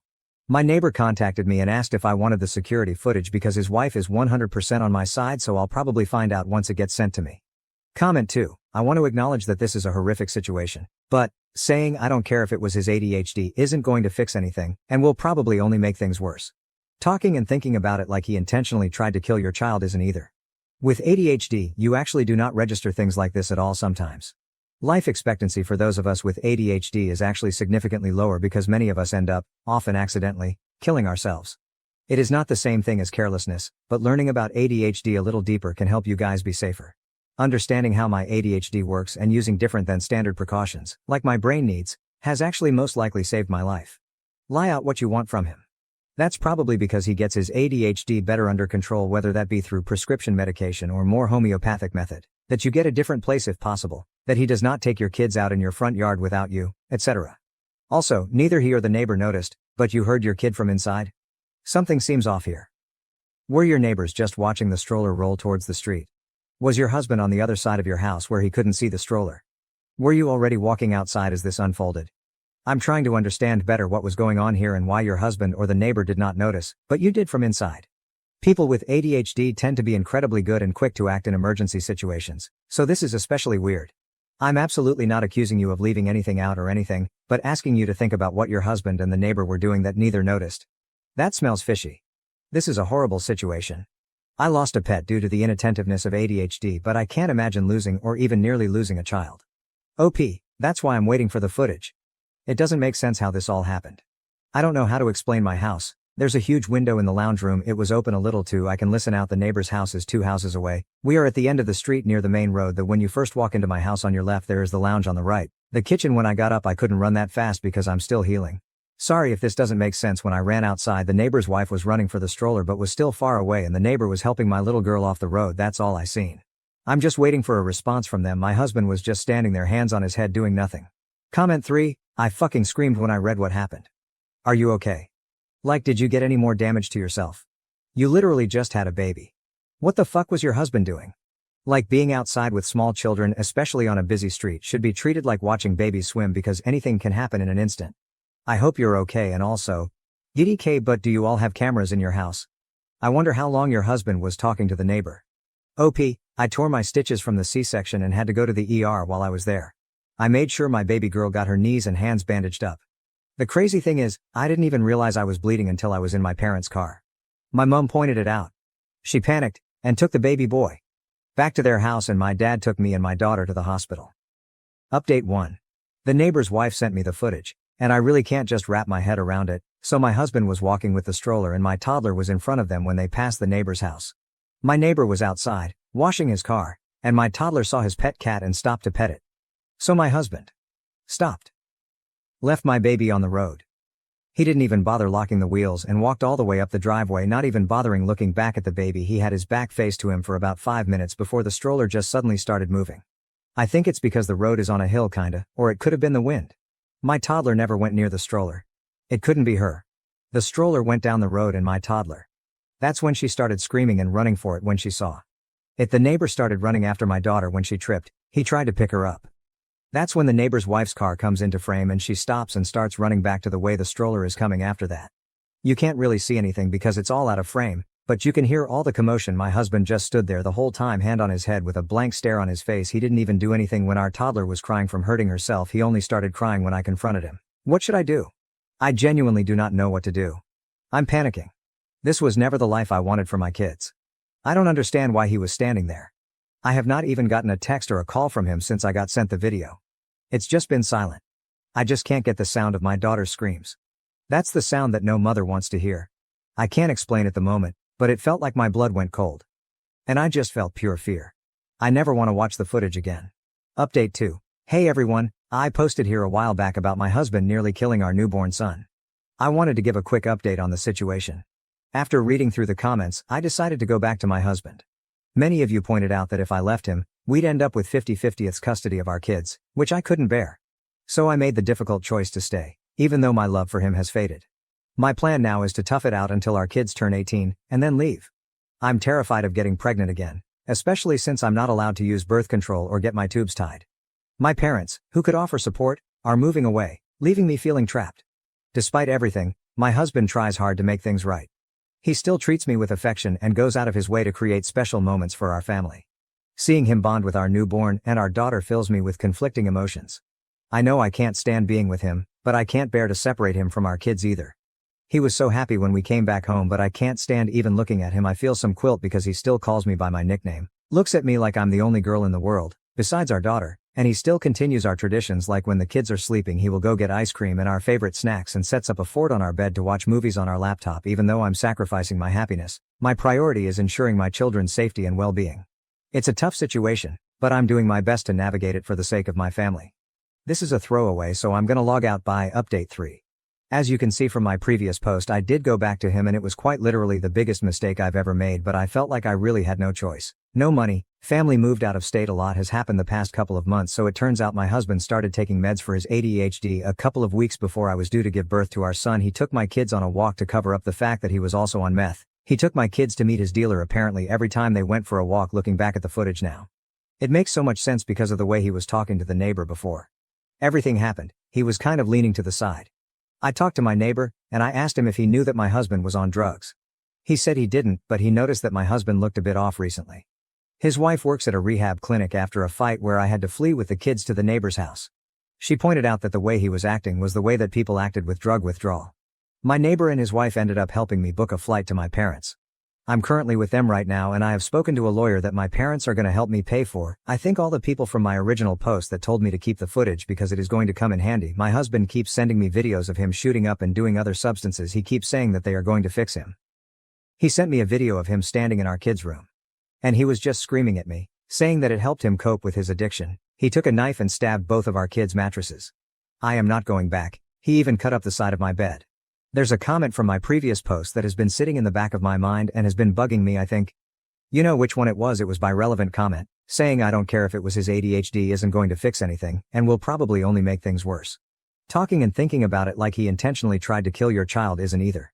With ADHD you actually do not register things like this at all sometimes. Life expectancy for those of us with ADHD is actually significantly lower because many of us end up, often accidentally, killing ourselves. It is not the same thing as carelessness, but learning about ADHD a little deeper can help you guys be safer. Understanding how my ADHD works and using different than standard precautions, like my brain needs, has actually most likely saved my life. Lie out what you want from him? That's probably because he gets his ADHD better under control, whether that be through prescription medication or more homeopathic methods, that you get a different place if possible, that he does not take your kids out in your front yard without you, etc. Also, neither he or the neighbor noticed, but you heard your kid from inside. Something seems off here. Were your neighbors just watching the stroller roll towards the street? Was your husband on the other side of your house where he couldn't see the stroller? Were you already walking outside as this unfolded? I'm trying to understand better what was going on here and why your husband or the neighbor did not notice, but you did from inside. People with ADHD tend to be incredibly good and quick to act in emergency situations, so this is especially weird. I'm absolutely not accusing you of leaving anything out or anything, but asking you to think about what your husband and the neighbor were doing that neither noticed. That smells fishy. This is a horrible situation. I lost a pet due to the inattentiveness of ADHD, but I can't imagine even nearly losing a child. WTF, it baffles me that you can even compare losing an animal to losing a child. You made people with ADHD sound completely unreliable for themselves and that they can't do anything. You made them sound very helpless, and saying that the life expectancy thing was completely uncalled for as well. I bet many people with ADHD reading that completely disagreed with you, judging from all the comments and YouTube videos I've seen on my post. I don't know if you're projecting that you lost a pet from your inattentiveness of ADHD. If you were letting things die in your care, you need to get stronger help. And no, I was not going to lay out what I want from him. He's the one that started mixing his meds and was high off his mind every time they went out for a walk. And no, I'm not ableist. I was in a very vulnerable state. When I first posted my original post, all I was doing was looking for help and advice, but all I got was, where was you? What were you doing? Why weren't you with the kids? Why didn't you get your husband checked out? I was healing from a fucking C-section. Get that through your heads. I genuinely hope that everybody that said something horrible about me in my original post has to get cut open and then 4 days later is forced to run down the street. I gave him another chance like you all said in my original post. You saw what happened. Stop using ADHD as an excuse. I genuinely believe that if he had killed my child, you would have defended him, and no, I did not know he was on drugs. And all the people that reached out to me, I'm going to be forever grateful for all of the parents with ADHD that didn't make me feel like it was all my fault, and all the stories that you guys have shared with me made me feel so seen because I know exactly how it feels. I hope everybody is doing well. Everybody that was defending me. I wish I could give you a big hug. I genuinely wish I could send gift baskets. I would thank you all from the bottom of my heart, and I am so sorry about that comment that person made. I know you guys are all not like that. You guys are genuinely intelligent. From all the comments that I've read, I could not thank you guys enough. And one person that sent me that horrible message, I genuinely hope I run into you one day so I can beat your ass until you see stars and say anything about my daughter or my son one more time, and I will literally track you down. Am I the A for feeling upset that my sister-in-law's terminal cancer diagnosis is overshadowing my upcoming wedding celebration and causing family tension? Original post, June 22, 2024. I don't intend for the title to be so harsh sounding, but I don't know how else to put it. I'll also sound blunt, but I'm just posting the facts as presented. I'm marrying my partner, Alice, who is from another country. Her sister, Beth, is dying of cancer. It is heartbreaking. She is a young mother and wife. Her diagnosis was about 4 years ago. When she was first diagnosed, she was given 2 years. Since we were in a different country, as she, Beth, remained in her home country with her family after her sister, Alice, immigrated, we saved up some money and traveled to say goodbye to her. It was about the 1.5-year mark when we went to say goodbye, and we had gotten engaged soon beforehand. So we also went over to visit some of the family and asked them how long they needed to save to come across for our wedding, as our dollar is much stronger than theirs. They said 2 years, so that was agreed. We spent a month with her, laughing, lamenting, spending as much quality time as possible with her. By the end of the trip though, and with the chemo, she was exhausted. We said our heartbreaking goodbyes assuming to never see her again. And then she made a miraculous recovery, with a less than 1% chance of happening, which was awesome. We, along with her other family members who had also immigrated, such as her father and brother, decided to put money together and support her to move over here to spend the rest of her life with us. That was about a year ago. Now my partner and I are getting married in 2 weeks. All of her family are coming to visit. It's a big joyous occasion with lots of travel. We've forked out thousands to help her family get here, and they're all staying for a month or so to celebrate our wedding and spend time with us. 2 weeks ago Beth got a bad diagnosis. They found lumps, and they said she has about a year left to live. She, for obvious reasons, didn't handle this well, and lashed out at us and our wedding telling us not to talk about it around her. My partner has always kind of lived in her older sister's shadow, so she was really excited to be celebrated and made a fuss for once. But Beth has told everyone about her diagnosis and has started saying this is the last time I will see most of you. Now the focus is completely off my partner and our wedding, and is absolutely about Beth. I feel heartless and heartbroken, but I'm frustrated by this. She has been going out of her way to make sure the people who are coming across, who we have paid thousands for flights, not that it matters that much, are spending as much time with her as possible as this is the last time she will see them. Now this period of joy and celebration has an undeniable black cloud hung over it, and people very obviously have stopped making my partner feel special. On top of this, Beth has maintained her stance that we not talk about our wedding around her. But the big issue is that Beth got married during COVID, so never got a father-daughter dance. She wants to have one at our wedding, after my partner has a father-daughter dance, with her own song which, to be honest, sad as fuck. I have said no because my partner wanted to say no but felt too guilty so I had to be the bad guy. I also told my partner that if we're not to talk about our wedding around her sister, then I don't want her sister talking about her dying around us. Now I'm being called an asshole. I do absolutely feel like one, but I also feel like this is grossly unfair to ask us to brush our wedding under the carpet because of this. Am I the A? Edit, sorry I just woke up and will work through the many comments as fast as I can. I really appreciate all the views and discussions, that's precisely why I came here. Genuinely, thank you. Am I the asshole has no consensus bot, OP was not the A. Relevant comments. A user questioned whether Beth truly has cancer again, suggesting she might not be truthful. OP responded, admitting, "You're right, I'm really struggling with this thought, but if she makes another miraculous recovery, I'm going to feel like a massive dick. Because everyone will be celebrating, and to be honest, I'll be furious, jaded and distrusting. My father is a very distrusting man, and he raised this exact same point, saying he's not sure he believes the diagnosis is as bad as she's saying it is. But we'll see, in the worst possible way." Another user commented on Beth's behavior, saying, if true and she was given a year to live, she could give her sister that one day and stay quiet. But no, she makes it about herself. Her missed dance, her missed whatever, and ruins the day for you guys that way, assuming she's telling the truth. I get weird vibes. If I were you, I'd go to the courthouse, elope without telling anyone, cancel the celebration and have one way later. OP replied, we considered this. My partner had a breakdown over it and said she wanted to do this. I asked her if she was sure, we had a conversation, and she changed her mind. We've done too much, prepared too much, gotten too excited for the whole thing to just pull the plug. When asked about the type of cancer his sister-in-law has and if it was confirmed by a doctor, OP stated, lymphoma, stage 4. No, we've only heard from her. Update, July 8, 2024. People asking for updates about my post. A couple of weeks ago. The lead up to the wedding was a bit nightmarish.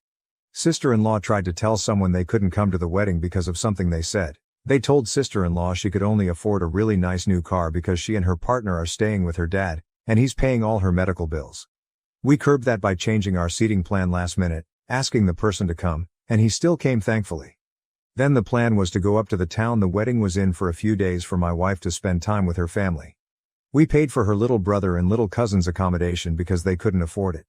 Week of the wedding, the sister-in-law convinces both little brother and cousin to only travel up for only the wedding, not to stay with family. Sister-in-law wasn't traveling up because of some vague and changing reason. There was a fight on their family's side, it supposedly got resolved and sister-in-law got given the hard word. But then little cousin didn't come up with family and stayed home with sister-in-law. So I told my partner to directly pass this on to sister-in-law. I was in different accommodation for the lead-up. If there is a medical event, I'll call and cover cost for an ambulance at the smallest hiccup. If she plays up, her husband will take her home immediately and without argument, or myself and the other 2 ex-bouncer groomsmen will kick them out. If her family don't want this to happen, then they will get this sorted before I do because they've disappointed me with their soft approach, and now they've all been warned. And then the day went off without a hitch. It was beautiful, perfect, happy, fun, and everything we wanted it to be. No drama, no major issues, and my new wife loved every moment. She was spoiled and made to feel special. Thank you for all the suggestions and kind words. We assigned mother-in-law to sister-in-law for the day. There was almost a hiccup when sister-in-law's uncle reversed her brand new car into my ring-bearer's car and sister-in-law started firing up. But it was curbed.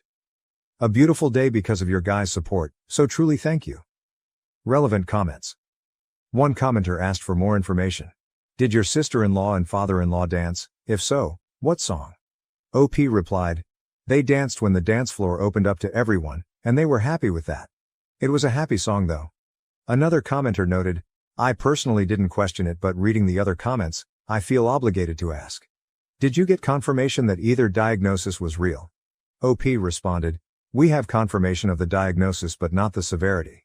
The cancer has returned though, but we're not sure how bad yet. Am I the asshole for completely cutting off my dying sister-in-law and telling her family not to contact me? July 13, 2024. I'm the same person who had the wedding dramas. While the wedding went off without a hitch, we've had a major problem since. Feels like season 2 of a frigging soap opera. I'm sorry this is a little long, but there's a lot of context. My sister-in-law is dying of cancer. Recently my partner and I got married and sister-in-law made the whole process as difficult as possible. While we were visiting family the other day, I was relaxing on a couch which sits below a ledge in a lounge, so you couldn't see me from the dining room. I was there with my wife and wife's family, but older sister-in-law didn't realize I had come with. My partner and her little sister, not the same sister-in-law, came into the dining area in tears and sat down next to their mom. Before they could say anything, older sister-in-law came in and talked to them with a venom I had never seen. She was shouting at them and talking to them like they were children, telling them to never dare walk away from her again during an argument.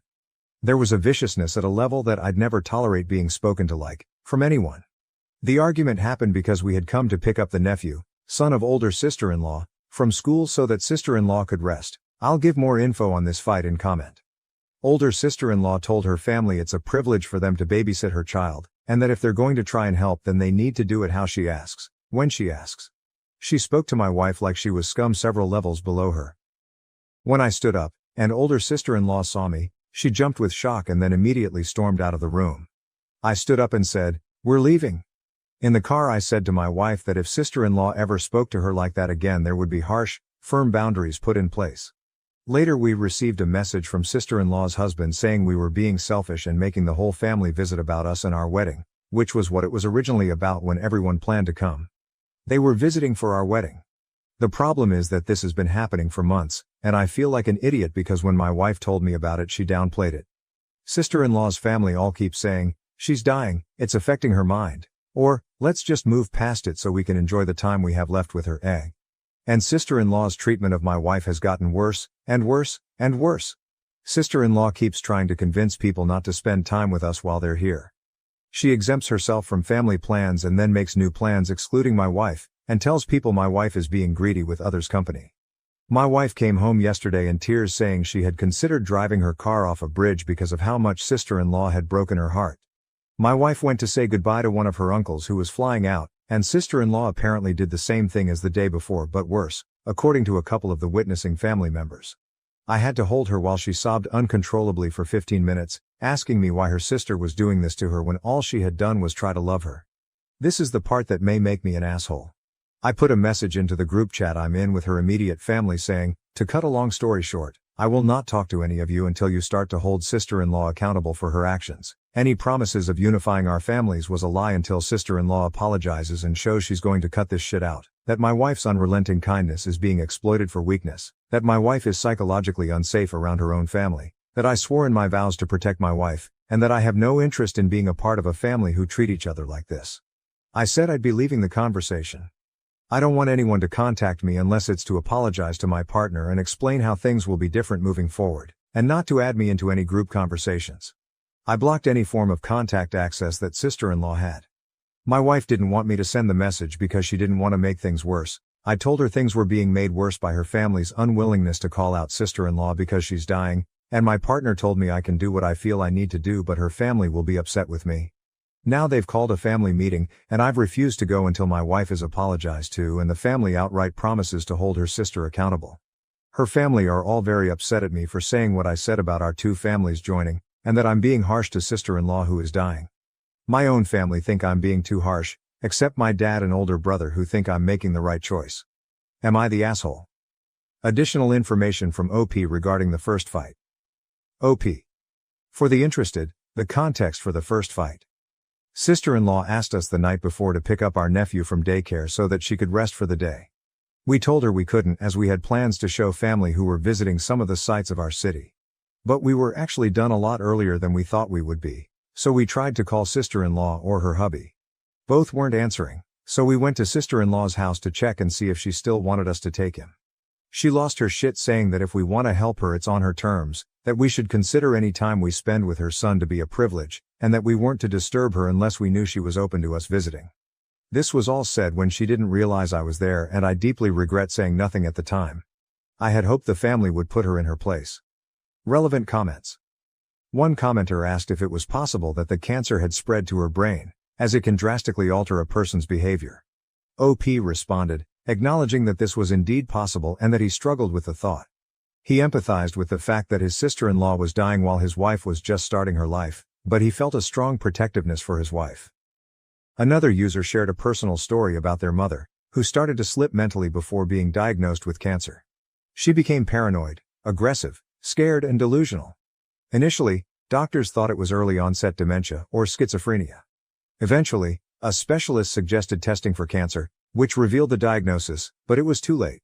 The medication she was on exacerbated her mood swings, and once adjusted, she returned to her normal self, but only had a few months left. The commenter expressed how these mental breaks soured their relationship as there was no time to repair it before she passed. They added that, based on OP's story, they believed the sister-in-law might just be a diva. Relating to this, another user shared their experience with their nanny, mother's mother, who lived with them and had several mini-strokes. She needed surgery that left her with a colostomy bag and experienced cognitive decline, becoming incredibly mean. This behavior, possibly understandable due to her pain and dependency on others, was particularly vicious toward the commenter's mother. The commenter recalled feeling helpless as a teenager and expressed sadness that the negative memories overshadowed the good ones. Another individual who worked in home health shared their experience with dementia patients. They recounted how their oldest patient, initially alert and sweet, developed violent delusions and mood swings as his condition worsened. The commenter learned to manage his agitation by existing in his reality, such as pretending the power was out when he wanted specific lights on and off. This approach helped reduce his anger. Finally, a user noted the openness of discussing such issues in recent years, crediting celebrities for being remarkably open about their diagnoses. This openness has made others comfortable with having similar conversations. How we are preparing and coping with the potential impact of the U.S. presidential election on LGBTQ rights and personal safety. We all know that the Trump versus Biden election brings much uncertainty regarding transgender and other LGBTQ rights. I have been deeply concerned about the potential implications for my female-to-male partner if Trump wins. Additionally, I am worried about our safety as a queer couple. My partner has decided to wait to start hormone therapy until after the election is over.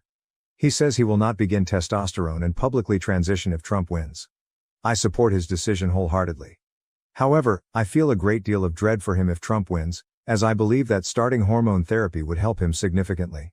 I offer reassurance that whether he starts hormones or not, he is still a man in my eyes. I also try to support him emotionally as much as possible. How are you helping your transgender partner cope? Transgender individuals, if you do not mind sharing, is there anything that helps with the stress and tension? Thank you. Relevant comments. Firstly, my husband has been on hormone replacement therapy for several years now. If things go south, we will go north if we can, to Canada. It scares me to think of leaving my family, but I will go anywhere and do anything to keep my husband safe. OP, that is what I feel like we will have to do if it gets that bad. However, we both have little disposable income to move. I wonder if we could get in with a network that helps LGBTQ people move. Additionally, I do not listen to any of it. I follow an LGBTQ newsletter for my state specifically, which keeps me up to speed on court challenges and the like, and other than that, I do not listen to news or current events in my house. I already know everything is bad. I already know we are in a lose-lose situation. I am already assuming the worst regardless of who wins and planning accordingly. There is little difference in my mind between an enemy that actively wants you dead and an ally of convenience that will lull you in with false assurances and then leave you flapping in the wind when conditions deteriorate far enough. No amount of new information is going to alter my disposition or make me feel any better. It will only make me feel worse. At this point, the evangelical fear campaign is just as much of a political weapon as the laws themselves. If they cannot kill us legally, they will try to kill us with shadows on the wall. I have been learning trans DIY on Rails, using my doctor endocrinologist to check my work, having her hook me up with future reference material that she endorses, learning how to manage and synthesize hormones myself, and doing everything in my power to achieve pharmaceutical self-reliance, and maybe be proficient enough to help people near me if needed. At a certain point, if you're sufficiently isolated, you kind of have to selectively lean into the whole "don't tread on me" mindset. You have to take a leaf out of nature's playbook and cultivate an effective threat display and actually be the transgender witch nightmare that the small-minded townies are all afraid of. At least that is the course we decided on. So far, it has been a lot less stressful, even though I do not like being this kind of person. But it has certainly been getting the job done, and I do not fear for my or my spouse's safety in public, for reasons I will leave tastefully non-specific. We hold hands and kiss and express ourselves openly in public, and these spineless cretins keep their eyes down, and that is good enough for me. We will not be leaving. We are the hyenas on the hill, and they will certainly have their work cut out for them if they come waltzing up the driveway to disturb the den. OP. This is a refreshing take. I flip between stay and fight and go far away. I am thinking my partner and I need to take a concealed carry class soon and get a gun. We have been talking about it for years, and this might be the final straw. You never know. In reply to the second comment, in my opinion, guns are more dangerous to us than helpful. I understand the rationale behind people who want to arm themselves or concealed carry, but I know too many people who have died by suicide that way to want to encourage gun ownership among trans people generally. OP. That is a good point. Suicide in relation to owning a gun is something my partner and I have talked about almost every time we discuss getting a gun. Safety procedures will certainly need to be in place. I appreciate your point of view. Furthermore, I am not going to lie. We are scared for you guys living in the US. We live in the EU, so we are safe for now, but the far right, and to be honest, some anti-woke normal liberal parties, the European far-right liberal parties are like the US Republicans, and the conservatives are even worse, take after the US when it comes to attitudes towards identity politics. So we are also scared that this might spread to the EU, especially if Trump wins. OP. That is an interesting take. I have not considered how far-right stuff is in the EU. To a lot of Americans, it seems like a liberal utopia. In reply to the third comment, a lot of Americans are ignorant of the realities in Europe. Progressive states in the US are some of the best places in the entire world to be trans, and many parts of the EU have laws that are hostile. OP, I appreciate the insight. I will read more about that to educate myself. Additionally, Eastern Europe especially is rapidly descending into authoritarianism. The Mediterranean countries have an unsettlingly prominent amount of hard-right influence because of the sheer prevalence of xenophobia and people refusing to accommodate crisis migrants. Even the liberal bastions, like urban Germany and Scandinavia, can be very selective in who benefits from their more pro-social tendencies and who gets to be scapegoats. The Acela Corridor and the Bay Area probably truly are among the safest places in the world to be LGBTQ. Both of them are uniquely fault-tolerant in this regard because they represent such overwhelmingly powerful majorities of the economic engine of the country. They will likely become mutually supportive rogue states and let the interior of the country suffocate if some kind of absolute fascist nightmare scenario were to happen here. But that is also because the bar in the rest of the world is so incredibly low. In reply to the fourth comment, we live in Denmark, and I can second this selectiveness. Because our healthcare is taxpayer-financed, the agency controlling medicine and the agency controlling other treatments are very conservative with what treatments they allow in general, but especially with niche areas as they are not allotted much money. For example, my girlfriend did not bank her semen for having biological children because of her mental state when she started hormones. If we were to ever try for that, there is no treatment allowed to help her regain fertility. As she would have to stop hormones, her contact with the hospital for hormones would stop and they would discharge her. When she would want to start hormones again, She would have to be re-referred and start waiting all over again. The waiting time for getting your hormones is currently 2 years. Do not even get me started on what surgeries they allow and the waiting time on those. I believe the waiting time for transfem bottom surgery from when you sign up for surgery, if you meet the requirements, till you're on the table is about 10 years. Additionally, I live in one of the bluest states in the country, which is something I'm incredibly glad about.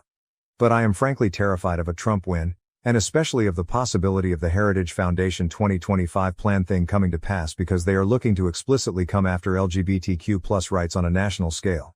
One of their stated goals is to outlaw pornography and classify essentially any discussion of transness or gender identity as pornographic. I am praying that the debate is a wake-up call for the Democratic Party. And frankly, I am really glad that I have a skill set that would make emigrating relatively easy. OP, I am very worried about Project 2025. My partner and I are thinking of getting married if Trump gets elected. Like, the next day or something. Just to have that marriage, even if the right becomes revoked. Furthermore, I have a trans wife and son and fortunately live in New Mexico, which is passing laws to make it a safer place for our family. That being said, we are finding grassroots support for ourselves and others and working with Pink Haven Coalition to set up a safety net for trans families who need to move here, but also be in touch with an organization that has a plan if the worst happens so we can get the hell out. OP, thank you for sharing. We live in one of the most liberal cities in North Carolina, but want to get out of the state in the coming years. Maybe even sooner.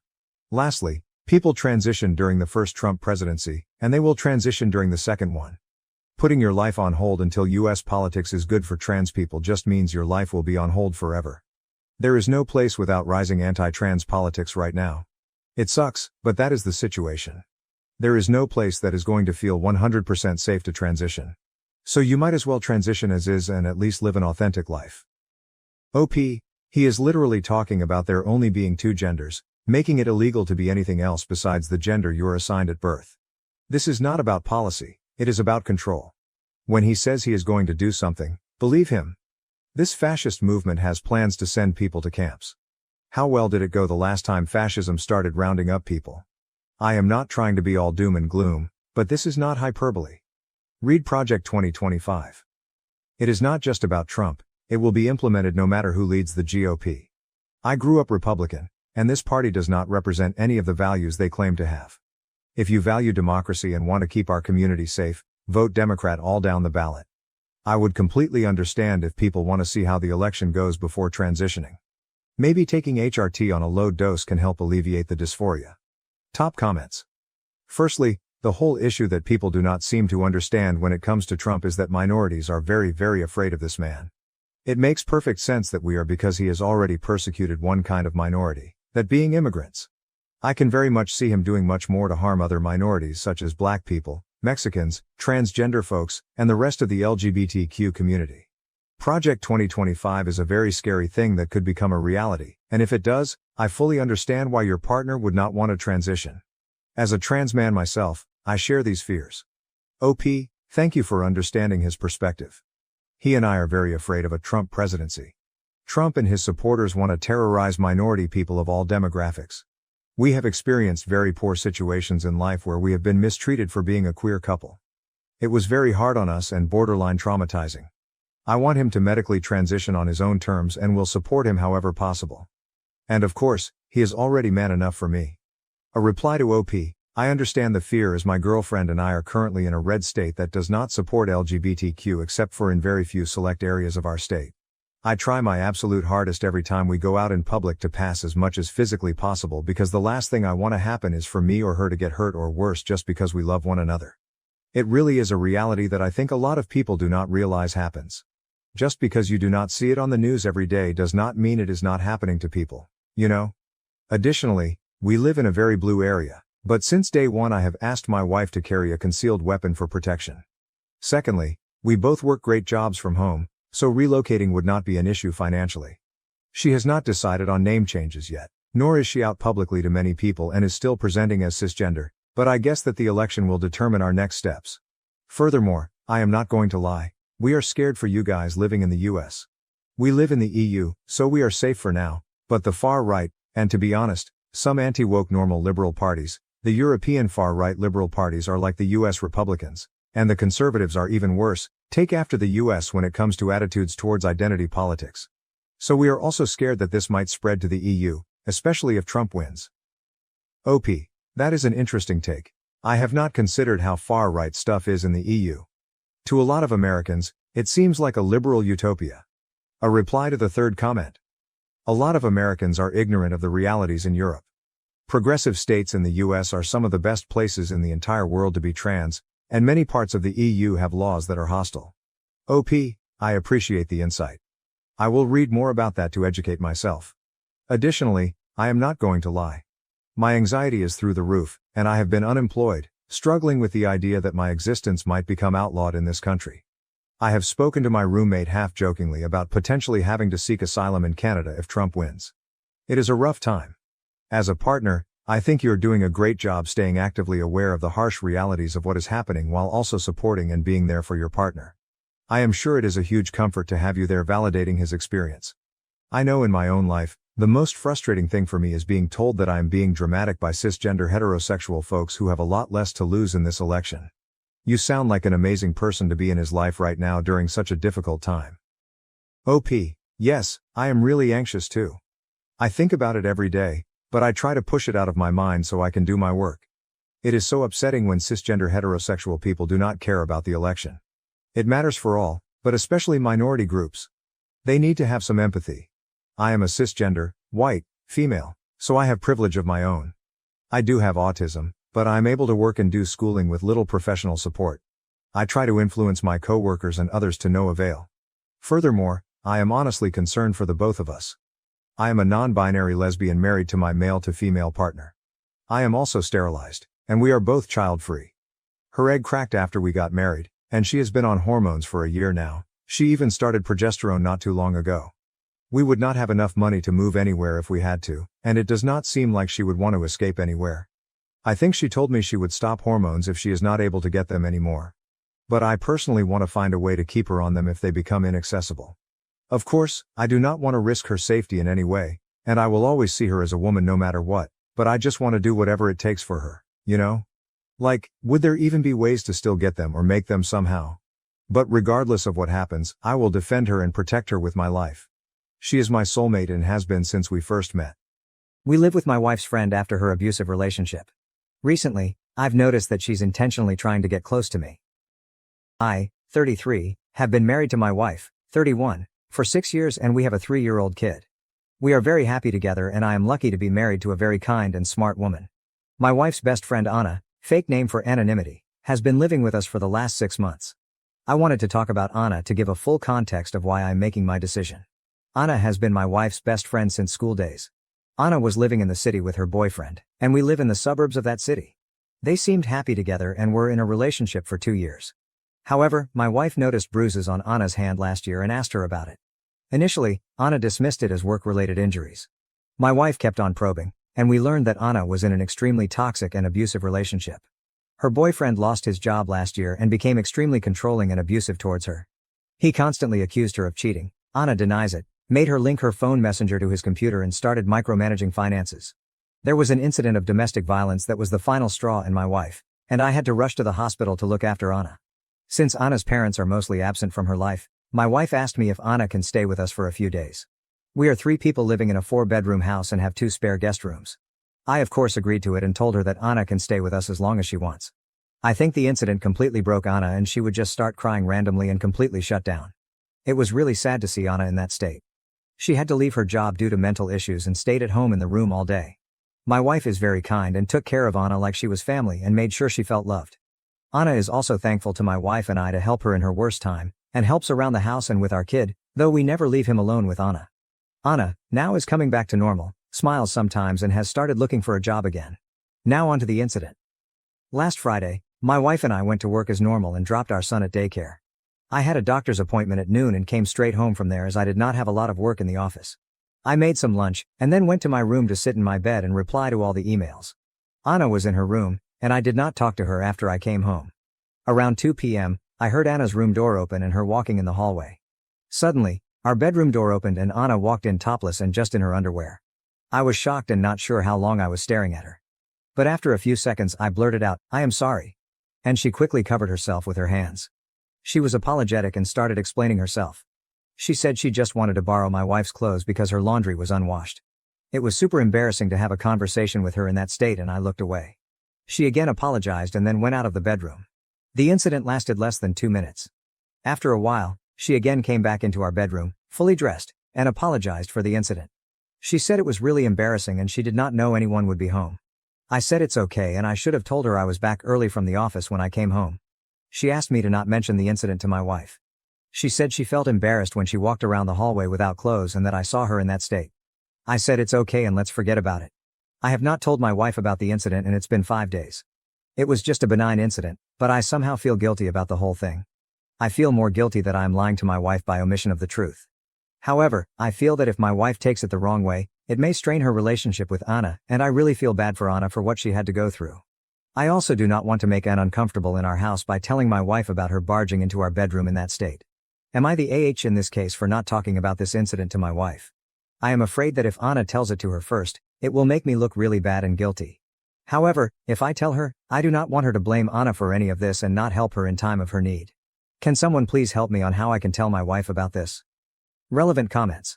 Multiple Redditors advised OP to talk with his wife and not keep it as a secret from her if the incident was really bothering him. OP's reply. Thanks. This is really helpful. Maybe I'm overthinking this, but I have read that in these situations, the victim's trust in men is very fragile.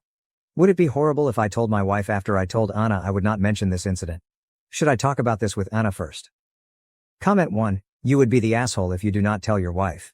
Never keep secrets as a team with your house guest against your wife. Comment 2. Anna needs to tell her PDQ. She also needs to stay out of your bedroom.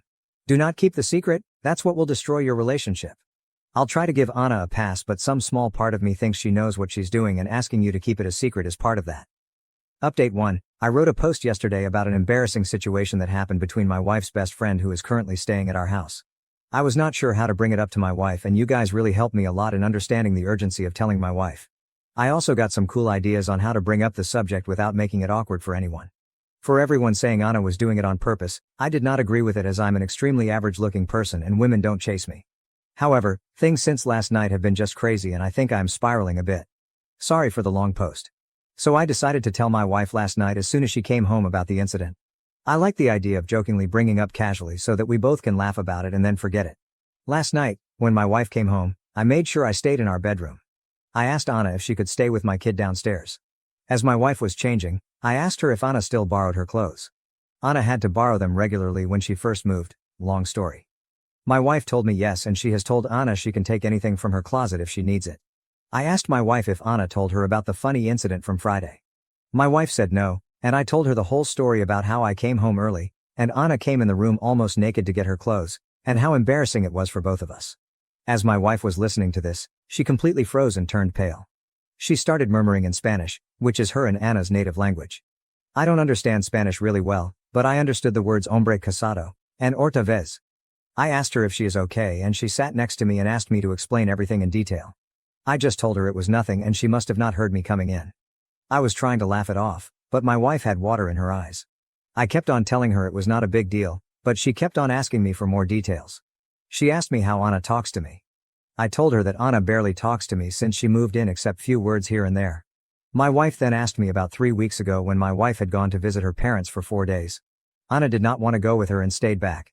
I told her that Anna was just acting normal. She or I would cook dinner after I got home from work while the other took care of the kid. The only thing different was Anna generally spending her evening in her room. However, when I was sitting in the living room watching TV after the kids slept, Anna came and sat on the sofa next to me but did not talk to me. I asked her if she wanted me to change the channel or stream to something she likes, and she just said she wanted to get out of her room. However, she did not flirt with me or do anything unusual. I kept on telling my wife that it was just an accident and I really did not understand why she reacted so emotionally to it. My wife refused to answer and just said okay and agreed with me. However, she told me I should have told her about the incident sooner and should not keep any secrets from her and gave me a big lecture. I told her that I did not think it was a big deal and thought Anna would tell her, but glad I brought it up. After dinner, my wife massaged Anna to join us and she came out. While talking, my wife brought up the incident and told Anna that I mentioned about the incident and she does not need to feel embarrassed. Such things happen when we are all in the same house and it is not a big deal. Anna was firstly taken by surprise, but then told my wife she was just scared to tell her because she thought my wife would judge her because of her past. My wife gave her a stare and she quickly changed the topic. At night, I asked my wife what the hell was going on. I told her to please not keep any secrets from me, and if she does not tell me, I will directly ask Anna about what her past has got to do with anything. My first guess was Anna might have had a thing for me before we got married or something. But my wife was very reluctant to answer and kept on trying to change the subject and cuddle. However, I kept being persistent and she finally spilled the beans. Apparently, when Anna was in her early 20s, she was in a relationship with a married coworker who was twice her age. It was a kind of sugar daddy relationship, and he told her that he was in an open relationship, or that's what Anna told my wife, and he would leave his wife in a few years once the kids go to college. This makes sense now, because Anna is very pretty, like Miss USA level, and I never understood why she was single for most of the time I knew her. She eventually ended that relationship and started dating her boyfriend Jim, who turned out to be an abusive asshole.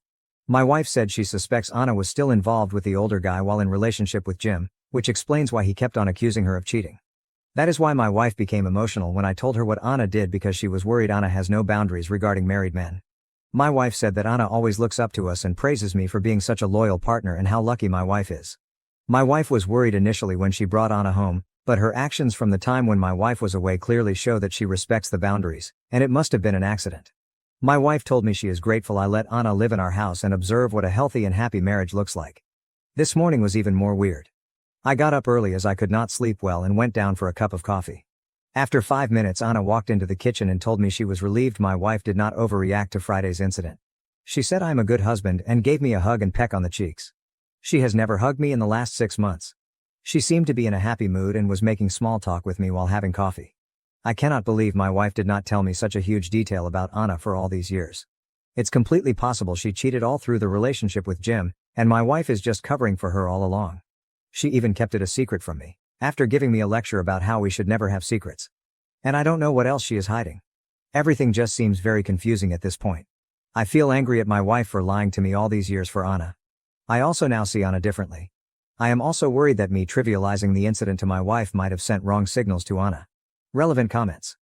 Comment 1. Anna needs to go before her own messed up issues lead her to further mess with your marriage. She was testing OP again with the hug and kiss on the cheek, and I didn't see OP writing that he told his wife about that new development. She's gotta go before she pushes to the next level. OP's reply, yes.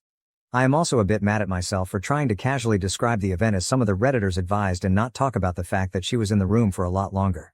I was worried that my wife would be pissed at me. Now I wish I told her all the details and did not make it sound trivial. My wife now trusts Anna and I am getting more uncomfortable. Multiple Redditors urge her OP to tell his wife about the hug and kiss. OP's reply. I agree with the hug and kiss part here.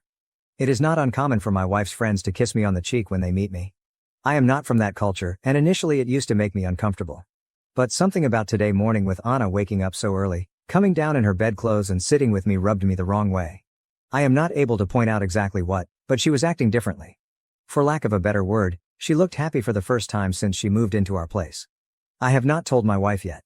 Things have been a bit icy between us since yesterday, as I am still upset at her for keeping secrets from me for all these years. I know it's Anna's personal life, but I feel a bit betrayed that for all these years, she knew Anna was with a married man and never even mentioned it to me. We had a talk in the evening and she apologized, but then we both dropped the subject and took our son to the playground as the weather was finally nice and had an amazing time. However, I plan to tell her as soon as we both are alone at night. As I said in the comments, I do not think she will mind, since it's not uncommon for her friends to give a quick peck on cheeks when saying hello. In fact, I was not comfortable with it at the start, and now I am used to it. Her mom, cousins, friends, everyone kisses me. There are also weird rules, where married women like my wife just hug, but non-married friends give a kiss, unless you're family. Also, only girls give a kiss, but men don't kiss girls on cheeks. I learned that the hard way. I am not Latino, Colombian to be exact, and maybe someone who is familiar can explain the rules here so people who don't know the tradition won't misinterpret it as anything sexual. Also, I never keep anything from my wife, and hence I felt so guilty about my actions over the last week. I am sure I will mention it to her before the end of the day. Update 2. I wrote a few posts a month ago regarding my wife's friend Anna accidentally walking into our bedroom topless to get my wife's clothes while I was in the room. We addressed the issue the next day, but I learned more about Anna's past and why my wife was uncomfortable due to the situation. My wife and I talked to Anna and told her it was not a big deal, and we all decided to move on from the incident. After I posted the update, a lot of you advised me to tell my wife about Anna hugging and kissing me, on the cheek, the following morning. I felt uncomfortable with the situation and the comments really made me nervous. Most of you were reading my post as a telenovela or the start of a porn movie, and the comments were really not helping calm me down. You may not like this part, but I just decided to get off Reddit for a while and try to think through the situation on how to tell my wife. I felt that my wife treats Anna as family and just like her sisters. I have known my wife's sisters since they were in their early teens. I have had similar incidents happen with them all the time, and I never made a big deal out of it. There were so many times we had to tell them to keep their tops on when sitting in our backyard pool area when they were younger, and God knows how allergic they are to wearing pants around the house. However, I just treat them as they are my sisters. I decided I need to do the same with Anna and treat her like my wife's sisters. I also wanted to communicate that clearly to both Anna and my wife so they don't get in such uncomfortable situations anymore. That night, I was talking to my wife and decided to put a positive spin on the incident that happened early in the morning. I asked my wife if she noticed anything different with Anna. I told her that she woke up early with me today and greeted me with a hug and kiss and also helped me make breakfast. I told her that I am glad she finally looks happy and is returning back to her old self, and how proud I am of my wife that she is such a kind-hearted person who helped a friend in need. My wife seemed happy with my comment and started saying that she also noticed Anna was chattier in the morning and was cleaning her room and talking about applying for jobs again. I told my wife that I feel Anna is like one of her sisters, and I'm happy she also considers us as family and is comfortable around us. The next few weeks were great. Anna started waking up early in the morning around the time I woke up, 5 a.m. We always had coffee together and had nice chats. She also helped me with breakfast and getting lunch boxes ready. She asked me if she can join my gym and if I can teach her some resistance training exercises. Her therapist told her it would be good for her to work out. So, we started going to the gym 3-4 times a week in the evening before picking my son from daycare. It's nice to have a regular gym partner and someone to geek out about the daily protein intake. I also told her when we were cooking that she is so much less annoying than my Sills and I wish she was my Sil. She just smiled at the comment. Anna has already had a few interviews and also contacted her old job, who seem interested in hiring her back. She told us 2 weeks ago that she will be looking for apartments. We already saw 2 apartments in our suburb and hopefully should finalize that soon. My wife jokingly told her that her dating prospects are going to be bleak if she stays in our suburb, but Anna told us that she is going to stay away from relationships at least for a while now and work on herself. Plus, she enjoys our gym and loves spending time with our son. About the hugging and kissing, I think I have decoded it. A hug from Anna is normal and I get one every morning. However, I think she kisses people on the cheeks as a way to say thank you. Things are really looking positive for Anna, and we are very happy that she was able to get through a bad patch in her life. She had isolated herself from everyone after the incident 7 months ago. However, she plans to join my wife and son on her summer trip to my in-laws in a few weeks, unless there are any updates on the employment front. I just hope for the best for her and am glad that I did not make a big deal out of the situation. I am also glad to have such a kind and understanding wife who is there for her friend in need. Relevant comments. Comment 1. If this works out for you guys, that's great. For me, it's such a huge red flag that she wakes up same time as you, joined the same gym as you, and wants to spend a lot of time with you, plus is looking at places to rent near you. Maybe it's because I've seen too many stories like that end in a horrible way. Again, if it works out for you guys, it's great. To me, it's one red flag after another and seems like a start of something fishy. Comment 2. I felt uncomfortable reading how much she's inserted herself in your life. There's still red flags waving, and you're either stupidly oblivious or you're enjoying the attention that you choose to be oblivious to. Comment 3. You honestly still don't see it, do you? Waking up early at the same time as you, going to the gym with you and cooking with you. She's spending an awful lot of time with you. And the difference is she isn't one of your SILs but your wife's friend. A friend that has a past going after married men. You sound naive to not at least put down some fucking boundaries with her. I don't even get why you won't do that. It's so stupid. On every post people kept warning you and you refused to listen. I hope for your wife's sake that Anna doesn't try anything. But remember that if she does and your marriage dies because of it, you and your unwillingness to handle it will be the sole fucking reason. Comment 4. Oh sure, this is going to end well. We won't do the immediate attack head on because he won't fall for that. So we do the slow build. A little bit here, a little more there. As soon as she gets her own place, things are going to change. I don't understand how people cannot see what is happening in front of their eyes. Poor dude is going to be in her bed and wondering what happened. Comment 5. I have no dog in this fight, and I'm wildly uncomfortable with how much Anna has inserted herself into your life and your daily routine and how you have let her do so. It does not come across as innocent. She has no reason to hug or kiss you ever. Why is the apartment hunting a wee thing? Why are you talking down about your wife's relatives to this person? Why are you spending so much of your time every day with this woman? You are having an emotional affair with this woman. And it is not going to take much for it to turn physical, and you will be back here saying you have no idea how this happened. You need to get back to doing these things with your wife, and this woman needs to not be part of your life or you will be very sorry in the end. She knows exactly what she's doing and she is playing the long game. Oh. And now reading previous posts I see Anna has gone after married men before. OMG. You really can't be this clueless. My girlfriend of a year slept with another guy while we were taking it slow, a month into dating me. I have been with this girl I'll call Jess for close to a year now. Since specifics matter here, we started dating around last Thanksgiving, but it was only about a month later when we said we were in an official relationship. I really liked this girl from the get-go, and we've gotten very close since then, and we're actually planning on moving together soon. Here's a problem. Recently Jess and I ran into a guy at a small get-together with mutual friends. They exchanged a weird look like there was something between them, but I didn't think too much of it at the time. During the party something came up about the place Jess went to for a date. The time was clear since it was a Christmas market in my town, and again I thought something was off about the guy. Well, later that night I actually got a text from him. He got my number from one of the mutual friends, but said, "Hey, I don't know you, but I thought you should know that Jess and I hooked up right after Christmas." I confronted Jess about this and I could tell she tensed up right away. She got this sad look on her face, but confessed right away. She said she had met this guy on Tinder and hooked up a couple of times but stopped any contact before we became official. She said she wasn't sure we would get into a relationship at that time, but she still felt bad that I found out this way. She said she considered telling me but was afraid it would ruin things between us. I told her I needed some time to think and proceeded to get drunk that night and ignored her texts. The thing is, I feel very betrayed and I'm really considering ending things. Sure, we weren't official when this happened, but we had already been on multiple dates at that time, and I thought it was pretty clear that we were moving towards a full-fledged relationship. On my side, I had no interest in pursuing other girls at that point because I only wanted to be with Jess.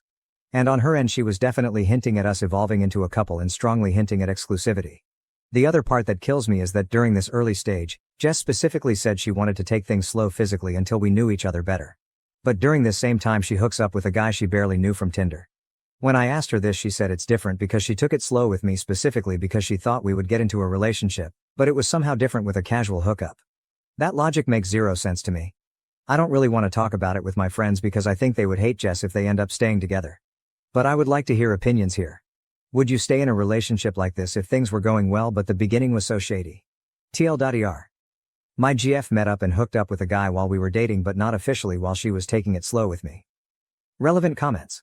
Comment 1, in my opinion, if you're dating someone and moving towards a serious relationship you don't freaking bang other people. This would be a deal breaker for me, but you do you, man. If you can't get past it then end it. OP, yeah, that's how I feel as well. It would have been one thing if she was just talking to other guys in the early stages while we were still defining things. Of course that's fine and normal, but it feels like a slap in the face that she found another guy to sleep with after we had already gone on quite a few dates and I made it clear I thought we were moving towards a serious relationship, which she seemed to also acknowledge. There is no way she didn't know I would feel hurt that she did that. OP also added to a deleted comment. Teacher logic made no sense to me. She tried to explain that with guys she wants to be in a relationship, she wants it to feel special and wants to build an emotional connection. But for guys she sees no future. She sometimes just wanted some physical fun that meant nothing. But I just can't wrap my mind about that. It feels like a gut punch that as we were getting closer and building a connection she didn't want to be intimate with me, but instead preferred to find someone else. No matter how she rationalizes it, it's hard not to feel like a second choice of sorts. Update. As the title says, I decided to break up with Jess. I kept going back and forth because I was worried I was throwing away a great thing over something that happened in the past, but the problem is I thought I really wouldn't be able to get past it. I can't help what she did was really shitty. Yes, I know that technically she did not cheat, but she knew that I wanted a real relationship and that we were potentially moving in that direction. But meanwhile she expected me to plan, and pay for, interesting dates, court her and prove that I was worthy of her while she happily hooked up with randos who basically did nothing but show an interest in fucking. Fuck that. In a follow-up conversation it also came up that her friends sort of guided her to act like this. That she should basically allow herself to have fun and to keep her casual options open but with me to make me work for it, and show that I wasn't just looking for sex but was capable of being a committed partner. The whole thing just seems so manipulative and ugly, and these were also mutual friends who I considered to be nice girls and now my friends as well. Now I never want to see any of those pieces of shit ever again. Anyway. I know this is starting to sound a bit like a rant lol, but I felt pretty pissed off and basically called it quits. The actual breakup was actually quite unpleasant. No harsh words were exchanged, but Jess cried and we kind of talked about some happy times. I guess that's the hardest part about this, like I don't think she is a bad girl and maybe we could have had a nice future together like we did over the past few months. But in the end, I do think I made the right decision. I want to be with someone who treats me well from the get-go, not someone who manipulates me while playing games just so she can have her cake and eat it too. Narcissistic mom abandoned me as a teen for her boyfriend, who later left her. Now she's lonely and angry I'm keeping her away. I am a 25-year-old woman who has not had any contact with my mother for the past 5 years, because she threw me out when I was 20 to make room for her new boyfriend. Her ex-boyfriend at the time, whom we will call Rick, was a blatant gold digger who did not even try to hide his intentions. My mother had been dating Rick for about 3 months before she decided to bring him home. Foolishly, she didn't even inform him that she had a daughter until after he was already there. My mom, who is now 50, was almost 45 at the time, but she lied to everyone, claiming she was not a day older than 40. She managed to maintain this deception with the help of fillers and Botox. As for Rick's age, I am not entirely sure, but he must have been in his early to mid-30s, certainly not older than that. He was reasonably attractive, and considering my mother is also quite attractive for her age, I initially thought they made a good couple. However, my opinion quickly changed when Rick started boasting about how wonderful it was that my mother had a substantial amount of her own money. He claimed to admire her for being a strong, independent, wealthy woman, which he said was the reason he wanted to be with her. Although those were his words, I am convinced that it was actually our enormous house, the spacious living room, and the obviously expensive decor that truly drew him to my mother. It was widely known that my mother's wealth was solely due to the substantial inheritance she received from her parents.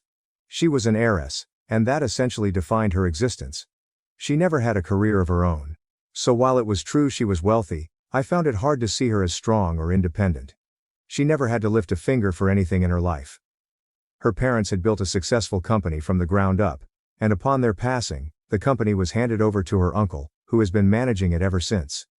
My mother had no involvement in the business operations and showed no interest in learning about it. As long as she received the money she was entitled to, she didn't concern herself with anything else. My mother indulged in various hobbies, but she never pursued any with the dedication or focus needed to turn them into a genuine career. This attitude extended to motherhood as well. I am fairly certain that I was simply a hobby for her because she was bored. I am certain that if she hadn't been bored, she would have terminated the pregnancy, and I wouldn't be here. In a strange way, I am fortunate that my mother is so fickle and indecisive because it led to my birth. Additionally, I am lucky that my grandparents were good-hearted people who stepped in to raise me in her absence. My mom likely lost interest in being pregnant midway and decided she wasn't cut out for motherhood. After I was born, she frequently left me with my grandparents while she spent most of her time partying or socializing with her friends. It's no exaggeration to say that as a child I genuinely believed my grandparents were my parents. I have no idea who my father is because my mother conceived me after a one-night stand, and had no means of contacting him.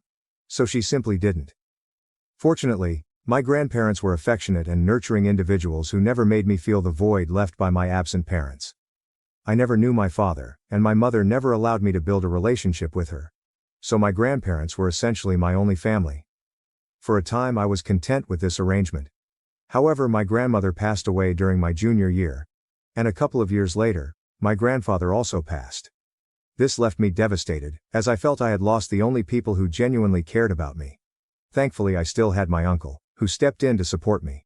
Although my uncle and I were never as close as I had been with my grandparents and didn't communicate often, he assured me he would be there for me, and he truly lived up to that promise. I had never permanently resided with my grandparents. I always lived with my mother but visited them every weekend. My mother was rarely home during the day, so I was accustomed to being alone after school, which allowed me ample time to complete my homework and enjoy my activities around the house. After my grandparents passed away, I went off to college but made a point to return home at least one weekend each month and during the holidays. This wasn't out of a desire to maintain contact with my mother but rather to seek the comfort of my childhood home. When I returned, my mother's presence was something I had to accept. Throughout my life, Mom stayed the same, a shallow, self-centered narcissist with no regard for the world. Her actions seemed predictable to me. She had many boyfriends but none of them lasted. Some lovers were concerned about her lively social life, which included many male acquaintances, while others were simply victims of her boredom and were dumped with no regard for their feelings.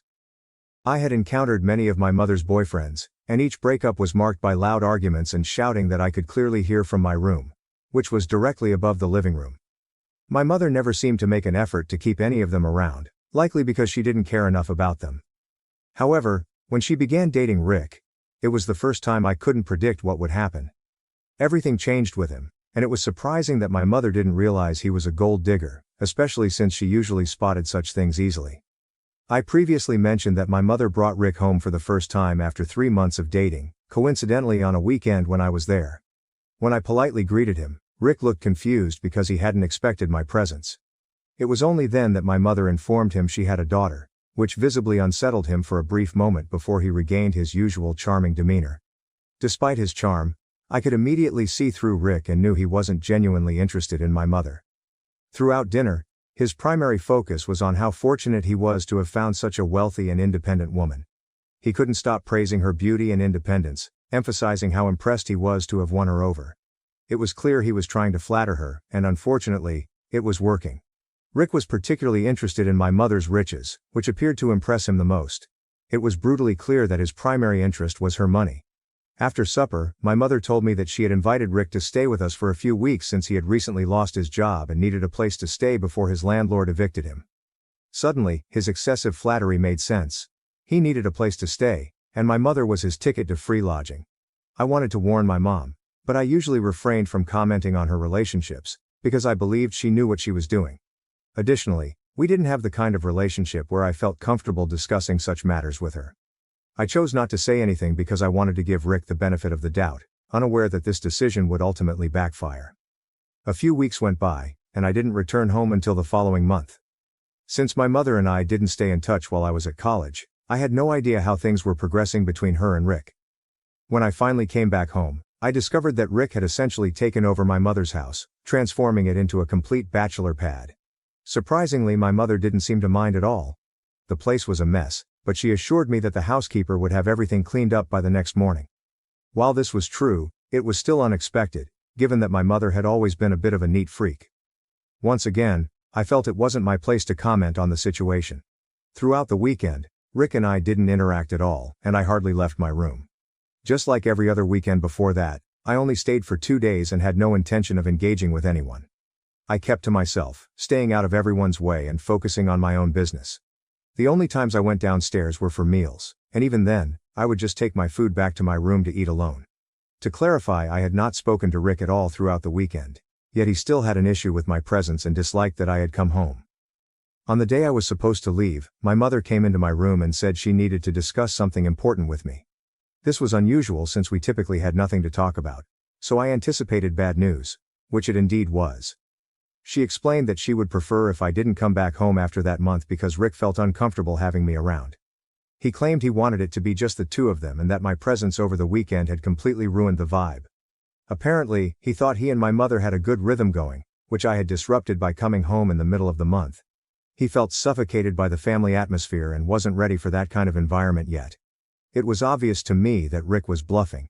He wanted me out of the picture and was using flimsy excuses to achieve that. It was highly insulting because this was my home first, and he was the one disrupting the vibe by being there and making a mess.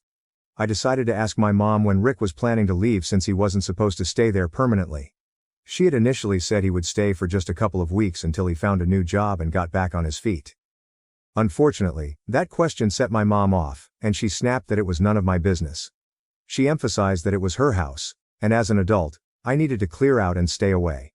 She was serious about this guy, and whatever he wanted would go. If he wanted me gone, she would ensure that happened. Realizing it was pointless to argue, I told my mom that Rick was just a gold digger, and she would regret kicking me out for him. She didn't seem to care, and neither did I, so I packed my things and left that very day. For the following couple of months until Christmas, I stayed away from what was clearly no longer my home. However, when Christmas came and the winter break started, the campus dorms closed, and I needed a place to stay. I decided to reach out to my uncle. Although we had kept in touch, we were not particularly close, making it awkward to ask him for help. Nonetheless, I had no other option. My grandparents had set aside a college fund for me, so my education was covered, but they hadn't anticipated this situation. When I called my uncle, he kindly offered to let me stay with him and his family for a while. I was deeply grateful and always will be for him opening his home and making me feel like part of the family. During this time we connected, and he explained why he had never tried to build a closer relationship with me. Growing up, he and my mother had a strained relationship, and he felt that trying to bring me into his family might offend her or cause drama, which he wanted to avoid. As long as I was being looked after, he preferred to stay on the sidelines. However, once his sister kicked me out, he had no choice but to step in because he couldn't let me be homeless. We had an honest heart-to-heart conversation, and from that moment on, He became my primary family. His wife, who is the kindest woman I've known since my grandmother, and his kids, who are like the brothers I never had, welcomed me warmly. Following that particular Christmas, I began spending a lot of time with my uncle's family, essentially becoming a part of it. After graduating from college, I needed somewhere to live temporarily until I secured a job and could support myself. It was during this period that I learned my mother and Rick had broken up shortly after she kicked me out. Although I didn't know the specific details, most people said it was because Rick had been unfaithful, cheating on her with another woman. The irony was clear: she had kicked me out to pursue a different lifestyle with Rick. But it all turned out to be for nothing. Despite this, my mother, being the self-centered narcissist that she is, did not reach out to apologize after their breakup. I was relieved that she didn't, because I had nothing to say to her. Our relationship was over. From that point onward, my uncle and his family became my only family. I never relied on my mother when my grandparents were around, and with my uncle's support now, I still don't need her. It's been years since I've had any contact with her, and a lot has changed in my life. I am now married and have a child of my own. 2 years ago, I met my husband John, at a job I took after graduating. It was meant to be a short-term position, and I never expected that John and I would end up together. However, here we are, 2 years later, with our daughter. She was born just 3 months ago, and I already love her more than anyone else. She brings immense joy to our lives and makes everything better. In my excitement, I made the mistake of sharing our news on social media. Throughout my pregnancy, I kept it quiet, and only John, my uncle, and a few close friends knew about it. I've never been very active on social media because I strongly believe in the evil eye. However, after my daughter's birth, I couldn't resist announcing it to the world.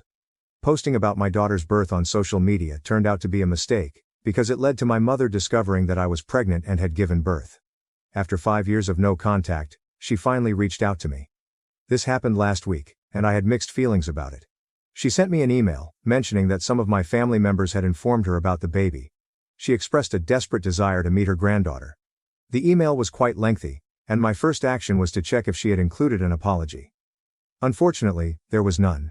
True to her character, she focused on how difficult her life had been since her breakup with Rick, and how she still had trust issues from that toxic relationship. She elaborated on how lonely she had become, pointing out that all her former friends now had families of their own, or were occupied with hobbies and work, unlike her. She lamented that she was constantly lonely because she had no family to talk to since I left, and her friends were always too busy for her. Now, she wanted to mend our relationship and reconnect with me. She admitted to being tired of spending every day alone and acknowledged that she was getting older and couldn't handle the solitude anymore. She implored me to accept her back into the family. While the email was indeed sad, it did nothing to soften my resolve. I had decided a long time ago, essentially from the day she chose her boyfriend over me, that she was not going to be my mother. Sure, it was distressing to know that she was now sad and lonely, but I didn't feel obligated to make her feel like part of a family again.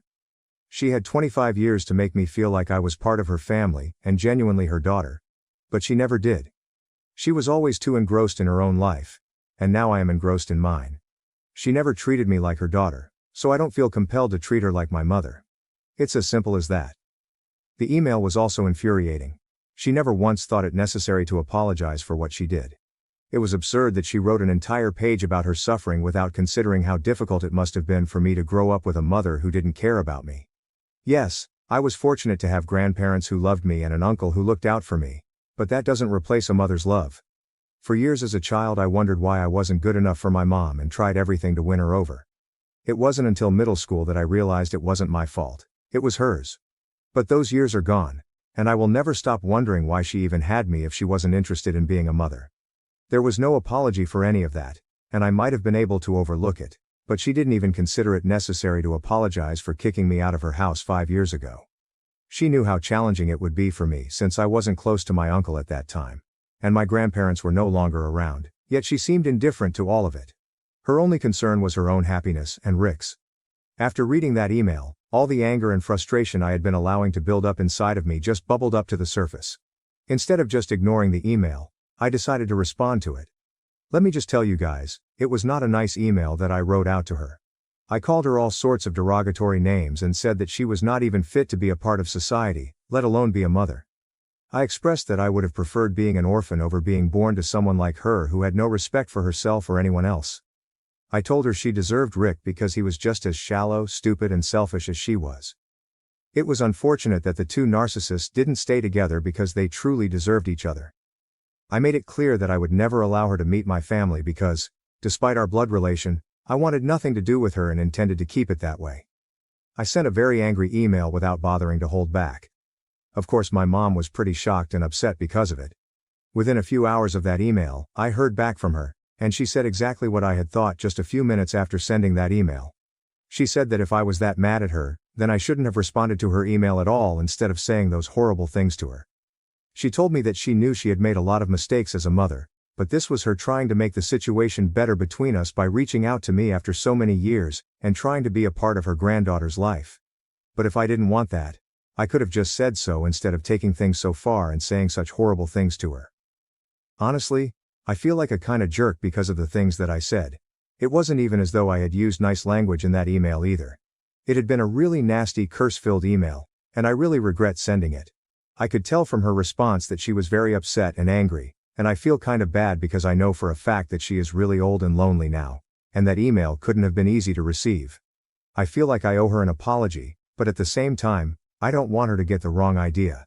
So, am I the asshole for sending my estranged mother a rude email after she reached out to me after my daughter was born but didn't apologize? Update 1. Hey everyone, thank you so much for all the love and support you have shown us. My daughter is doing great, and we really appreciate your concern. John and I talked extensively about the email from my mother, and we concluded that I do not owe her an apology. Maybe my response was a bit harsh, but it was not wrong. She had always treated me like a stranger, and now, in her old age and loneliness, she wants to play happy family because she has no one else. That's not fair, and what's worse is that she didn't even think she needed to apologize to me first for what she did. So now, she can complain all she wants, but it won't change the fact that she was a terrible mother, and I'm glad she's out of my life. I don't see myself ever wanting to reconnect with her because, even when I lived with her, it felt like living with a stranger. I never saw her as my mother, so introducing her to my daughter and calling her grandma would be incredibly strange. That title is reserved for family, and she has never been family to me. I also discussed this with my uncle and aunt, and they agree with my stance. They told me I have no reason to feel guilty because my mother brought this on herself. She has been disconnected from her family her entire life, not just from me but also from my uncle. He believes it's only fair. I might have gone a bit overboard with the email, but she shouldn't have expected anything else after reaching out to me 5 years after kicking me out and then demanding to see my daughter. She didn't even bother to apologize, which is something I will never forget or forgive. Regardless, I'm willing to let the whole episode go and move on because I'm not interested in her drama. Right now, the only person who truly needs me is my daughter. I can't be there for her if I'm entangled in arguments with my mother or trying to prove her wrong. It's pointless, so she can keep sending nasty emails. They're all going to spam, and I won't even read them. Update 2. So I don't know why, but my mother thought that it would be appropriate to pay me a visit just 2 weeks after I told her that I was not interested in making things right with her. I was at home today because I'm on maternity leave right now, and John was out for work, so I didn't think much before opening the door when the bell rang. Unfortunately, I didn't check who it was outside because it was around the time that John usually comes home from work, so I just assumed it must be him. However, it wasn't him. It was my mom. I'm betting she must have asked some ignorant relative of mine for my address, and they, like morons, gave it to her without considering the repercussions. But as soon as I saw it was my mother, I summoned all of my resolve and closed the door. She was taken aback because she had clearly expected me to let her in because it was impolite to kick someone out after you had already opened the door. I was not concerned about being civil or polite. My primary goal was to get her away from me, and I was determined to do whatever was necessary to achieve that. After locking the door, she began screaming at me from the other side and became completely hysterical. I was on the verge of calling the police when she decided to throw a rock through my glass window. She did this and then quickly fled. Fortunately, my daughter was safe in her nursery, and I was the only person near the door, so I wasn't hurt either. The only thing damaged was my window. I immediately called the police and pressed charges against her. Now, I am just waiting for this situation to be resolved. She was extremely unhappy and kept yelling about how unfair and ungrateful I was, but honestly, I was just relieved that neither John nor my daughter was harmed. This incident was serious, and someone could have been seriously injured if they had been home. As a result, John and I have decided to file for a restraining order against her, and we need to act quickly. We have also informed my uncle about the situation so he can take the necessary precautions and increase security around his house. Update 3. Hello everyone. My mother was sentenced to 6 months of community service and fined a significant amount for her actions. She was also ordered to pay for the damages, and we were able to collect a substantial sum from her. To be honest, I believe the only reason she avoided imprisonment is due to her strong connections and having a very skilled lawyer. However, that's not our concern. We received the money and the restraining order, so we have nothing to worry about for now. John and I had been thinking about moving to a larger house, and we believe now is the right time to do it. It will be just me and my family. Wish us luck, you guys. Am I the A for insisting my son call his grandmother Mrs. Smith instead of grandma because she refuses to accept me as family? Original post, September 3, 2020.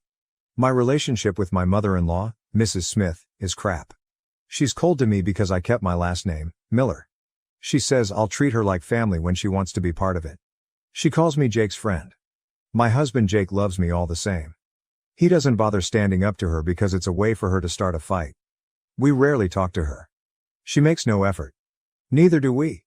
Jake and I had discussed whose last name our kid would have prior to the birth. He initiated the conversation. I'd left the decision up to him. After the birth, the families visited the hospital. Jake asked what our son's last name was gonna be. I told him it was still his choice. He smiled and said, "Little baby Miller, I like it." He filled out the paperwork. Mother-in-law looked livid. She started asking questions, but my dad started crying. Both of my brothers have died. Dad has never mentioned it, but I know passing the last name down makes him happy. Neither Jake nor I anticipated this nor did it for this reason, but it was sweet all the same. After she left, mother-in-law let people know what I had done and how now she wouldn't feel like a grandmother. A month later, a sister-in-law announced her pregnancy. Mother-in-law said, "Finally, I'll feel like a grandmother." Again, my husband didn't say anything, neither did I. Our son started talking. During a video call, where my mother-in-law did nothing but gush about sister-in-law's daughter, who is adorable, Jake was trying to get the baby to talk. Son lost interest. I took son, and Jake let mother-in-law ramble some more before ending the call. Mother-in-law said she wanted to say bye to son. Jake turned the phone. Mother-in-law said, "Say bye to grandma, make son say it, I'm grandma now." I snapped inside, so I said, "Say bye, Mrs. Smith." My mother-in-law's face dropped. Jake turned the camera away and said bye quickly. He laughed, said I was awesome, but we better put our phones on silent. The only call to text I responded to was the other sister-in-law, who said I didn't need to go out of my way to be nasty. That mother-in-law went around saying how excited she was about son, lie.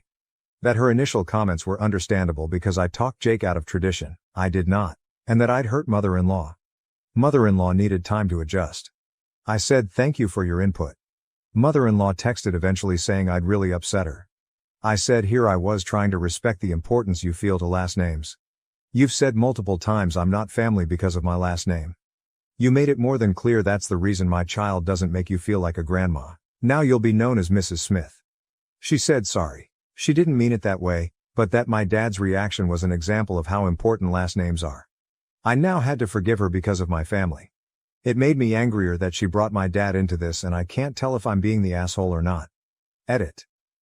Thank you again to everyone who gave awards. It was very kind of you and I do appreciate it. Jake is home and I had him read the post. Some of you really cracked him up. Some made good points which we have discussed. Apparently, he also got a text from his sister and asked how much money she got from mother-in-law for telling me off. He also made sure to tell sister-in-law who had the baby that we hold nothing against her, should mother-in-law try to spin it that way. She knows mother-in-law better. Jake would also like to tell those who are telling me I should take his name that he disagrees and he's not about the sexism you're spewing. Though he does now want to send mother-in-law a Christmas card from the Millers. Edit 2. You guys are being great. I woke up to many more responses than I anticipated. Thank you. Just to clarify, my son will not be calling mother-in-law Mrs. Smith. They barely have a relationship as he's still a baby and mother-in-law makes no effort. After some discussion, Jake is going to take time to figure out what he wants from mother-in-law and if he thinks that's possible. Relevant comments. Commenter 1. Can I just say your marriage sounds great? The way you wanted the baby's last name to be his choice and he chose yours. There's so much love and respect here. Also, I like how he stands by your side in his mother's nonsense. You both are awesome. Not the AOP, I just assumed our son would have his. He brought it up. He said it was fair since I was doing all the work. He said if he pushed a human out of him he'd want to put his name on it. Which makes me laugh. I still let it be his choice because regardless of his name, I'm gonna love this kid. If we have a second, I may insist they get his last name. Seems fair. I am a very lucky woman, but it should be noted he wears his gross shoes through the house, so not perfect. But he says I sleep like an MMA fighter, so I suppose we're even. OP responds to a comment that answers many points. Here. I don't see a reason why you were angry when she told you about your father's reaction. Seems a pretty valid point, the importance that the last name has for your father and her. This observation doesn't excuse her actions but still a good point. I mean, for what you have said seems like your dad would have made some nasty comments, but his crying shows how important it is for some people. Mother-in-law divorced the man whose last name she took. It wasn't even her original name. And she has another son who is going to have kids. My husband wasn't her only option. And my father lost 2 sons. My dad's reaction comes from a very different emotional place. And frankly, he knew he wasn't entitled to it. He simply appreciates it. Even father-in-law didn't care. And again, this decision was made by my husband, with my full support. Why isn't she mad at him? I'm not sure if this is how you should say it, taste of her own medicine. It was a good move to show her how unrespectful she was doing the same, and calling her by her last name was a good move indeed. But now that she is taking accountability, I think that's the word, it would be a jerk move to keep calling her in that way. Maybe you can use this to put boundaries to her actions, so it would be smart to get an agreement instead of keeping the last name war. I'm not gonna keep calling her that. I'm currently discussing with my husband what we should do. Verdict, not the asshole. Update October 23, 2020. Jake and I appreciated all the support. Though Jake wants the direct messengers to know that he's okay with me taking his balls because he loses everything anyway. This brought him a good chuckle before the serious talk. We both also want to be very clear that taking his name was never on the table, nor does he care. I also want to say I know how great Jake is. Though since the post he's been demanding, I thank the world's best husband anytime he does something for me. His humor is my favorite part of him. Because it's his mom, I let him decide how to handle it. We both agreed that our son would obviously know mother-in-law as his grandma, but he wouldn't have a relationship with her unless she addressed the blatant favoritism. That conversation did not go well. She denied having favorites, lied about pretty much everything, then told me the compromise she was willing to make was that if she had to accept me for who I am, being that I kept that name, I'd have to accept her for who she is. I didn't respond before Jake ripped into her about how she didn't get to make demands. That she was critical of me, assumed things that he already told her weren't true. That this conversation was happening because we didn't accept who she was. He said if he ever heard her make another comment about the Miller last name, he'd take it. She started crying about losing her family and he hung up. One sister-in-law, who is mother-in-law's favorite child, sent me a nasty message including the line, "I wonder if your dead brother would be happy if you used him to break mother-in-law's heart." I sent the screenshot to mother-in-law and said, "Call off your dog or I'll take her to the pound." I have sent a screenshot of that to anyone who has tried to question me. If they tried to defend mother-in-law or sister-in-law, I blocked them. Word got around quickly about this and now sister-in-law is all but cut out of father-in-law's side of the family. Even father-in-law has come down on her hard. Sister-in-law is desperately trying to apologize and fix this. She even allowed Jake to read everything mother-in-law sent to her about my last name. I tried to read some of it but stopped. I don't want to be angry. I'm taking time to decide how to handle this. I am happy to be done with mother-in-law. She never really bothered me. It does take a lot to get to me. But I don't want her behavior and attitudes being normalized with my son. I wasn't prepared for motherhood to have such a strong effect. Jake did admit he gave son my last name for my dad. Years ago my dad asked if Jake was gonna propose to me. Jake said if my dad wanted to know he would give him a heads up but he wouldn't ask for his blessing or permission. In many more words, Dad said he never had any expectations of that. He didn't worry about gender roles, though he was glad he would gain a son again. Jake didn't feel obligated. He just wanted to do that for my dad. Sincerely, thank you all. Edit. Hey everyone, I did not expect to wake up to the amount of messages I did. I appreciate them all. Jake takes both the compliments and the insults. As do I. I also want to clear up some questions. Yes, this is real but I'm not going to prove that. Mother-in-law took father-in-law's name. They are divorced. They have 2 daughters and 2 sons.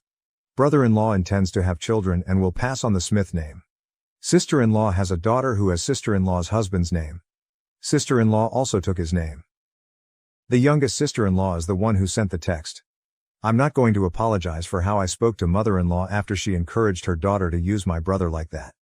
There's text proof that mother-in-law did this. Sister-in-law showed Jake. I have no intentions on seeking therapy or a relationship with either of them, and that's the most that can be asked of me in this upset state. If when we have a second child, I always intended for them to get Jake's last name. Jake knows and is cool with it. Jake is willing to be called by my last name, but I doubt he'll actually change it. Neither of us is willing to do paperwork out of spite either. Yes, I still cry remembering my dad crying about this. I always assumed Jake did this for this reason. He really is a great man. Relevant comments. Commenter 2. You've got yourself a great husband. Not a lot of people could stand their ground like he did. Good luck to both of you and your little son OP, he's always been able to stand up for himself. I won't say it didn't get to him, especially what his sister did, but he just runs it out. He may also make himself a world's best husband t-shirt if he sees more compliments. But he does deserve it. And thank you. Commenter 3. Would he consider changing his name to Miller, or would that just pour more gasoline on the fire? OP. Yes, he would, but he tries not to let anger make his decisions. I also don't think he would because of the paperwork required, and he does everything he can to avoid it. Including bribing me to do it. Commenter 4. That line? Call your dog off or I'll take her to the pound so bloody good. OP. I didn't mean it violently either. Just keep your yapping dog in your yard or I'll make it someone else's problem. Sister-in-law is still yapping, just more whiny now. I don't think she realized her family would draw a line in the sand. The majority aren't necessarily taking our side, but it's clear they're staying out of it because defending her isn't really an option. Commenter 5. I'm glad OP and her husband feel at peace, but Jesus fucking Christ. They need to go NC with the mother-in-law before she can damage their child with her favoritism of the other grandchild and her general unhinged pettiness.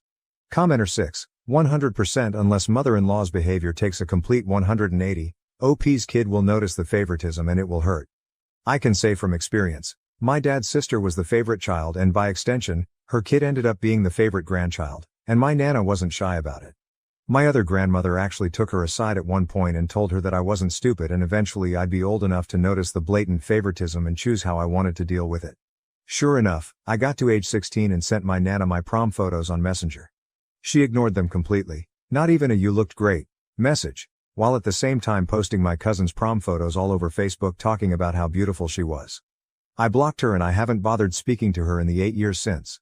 It was the straw that broke the camel's back after a decade and a half of my cousin getting better presents, dictating all our outings, getting her way with tantrums, and being automatically believed when she would get me in trouble for things she did.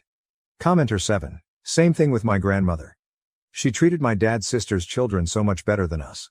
She was awful to us growing up while treating them like princesses. It's funny now how much she has changed her ways now that we are all grown and she finally realized that my cousins are shit. It's a bit too late now. She needed to treat us better as children, not pretend all is well now that we are all in our late 40s and 50s. Am I the A for revoking my brother's +1 to exclude his problematic friend and inviting his girlfriend instead, causing a family dispute? Original post, June 11, 2024. I kind of know I am the asshole, but I need to know how bad it was. My brother, who is 29 years old, has been with Leah for about 2 years. We all like her, she is super nice. I am getting married next April and sent an invite to my brother's apartment. We decided to send invites to households and not individuals. For example, our aunt received an invite for her family and not for each individual. Last Thursday, we met at my parents' place. It was just the core family because of some tax reasons, lol. While there, I asked my brother about Leah's dietary restrictions. I know that she is a vegetarian for health reasons and that she cannot have certain raw vegetables. He said that she wasn't going to come and that he was taking his girl best friend, Amanda, instead. Now their relationship is weird as hell. Amanda has always been stringing my brother along, in my opinion. He always denies having feelings for her, but let's be real here. Amanda would date other guys, blow off my brother, then when things were on the decline with her partners, she would be attached to him again. Her last boyfriend broke up with her right around the time my brother, his then ex-girlfriend, Amanda, and her ex were supposed to travel to Spain. What did my idiot brother do? Go with Amanda alone because Amanda was uncomfortable with his ex-girlfriend. Obviously he acted blindsided when his girlfriend broke up with him.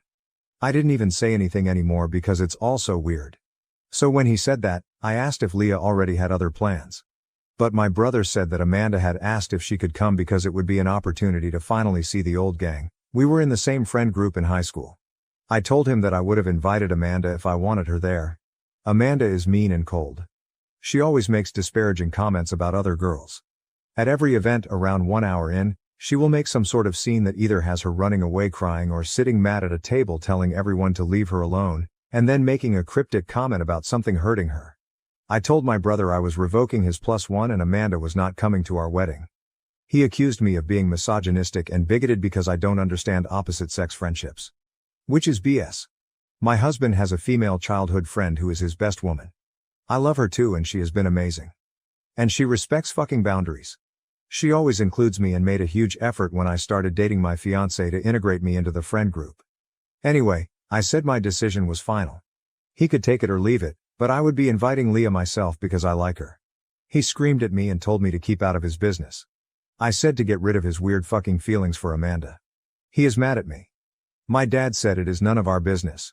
My mom is furious with my brother. So am I the A. Edit. To answer some questions, the invite was addressed to the Smiths. Funnily enough, Leah has the same last name as us. Granted, we have one of the most common last names. Yes, they live together. The tax thing is nothing huge. My parents have a small business but are really bad at keeping track of all their receipts. So every month we go and help them. We digitalize the receipts and put them in bookkeeping software for the accountant. Amanda is in the comments. Say hi. The alleged Amanda comments. Editor's note, the account replying is a well-established account on AITA and commented on many posts before commenting on OPs. It was not a new account nor a throwaway.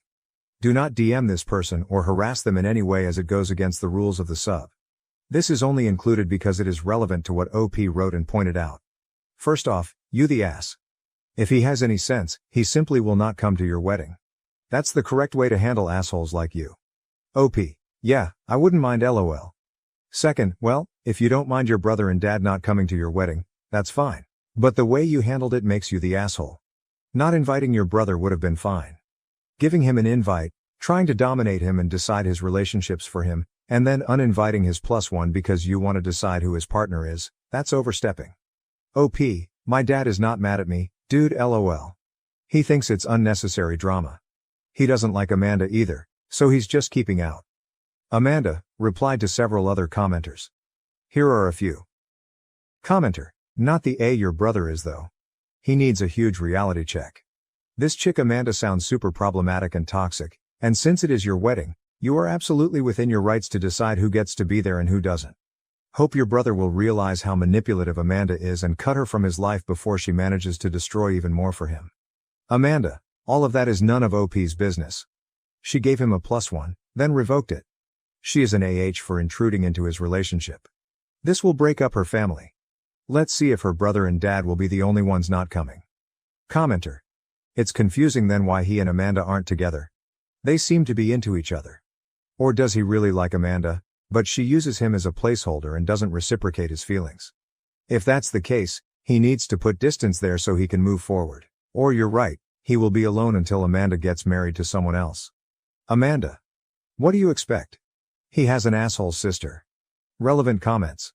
First, you can invite Leah yourself, but by the sounds of your brother's behavior, who knows if they will even still be together by then. Even if they are, I wouldn't count on her sticking around if he keeps prioritizing Amanda over her. OP, I like Leah, genuinely as a friend, and would like her there. I should have honestly just invited her officially too. I should have foreseen David would do this. Next, how does Leah feel about Amanda? OP. Well, she feels hyper insecure about Amanda. Finally, she should, because this behavior is a pretty obvious sign that should Amanda give him a chance, he will cheat on Leah in a second, and has probably done so with his exes. OP. Agree 100%. If Amanda wrote to him right now that she wants him, he would drive pantless to her place. On OP's brother. I gave up talking to him years ago. I always feel sorry for the amazing girls he brings home though. I still talk to his ex. She helped me with my career, LOL. He is going to end up alone. Commenter, but just to be safe, tell Leah she is invited even if she isn't with your brother anymore at the time of the wedding because, let's be real here, she can do a lot better and it's just a matter of time before she realizes that and dumps him. Let Leah have a +1 so she can enjoy herself. That would make her feel truly welcome. Your brother is a major asshole, and I don't blame you at all for not wanting his side piece at your wedding. I also wouldn't blame you if you didn't want him at your wedding. OP, she can do so much better. On paper, my brother is pretty great. Amazing job, financial stability, he volunteers at animal shelters, and cares about his appearance. And when he is not drooling for Amanda, he is generally really nice and loving. But bro, why aren't he and Amanda together?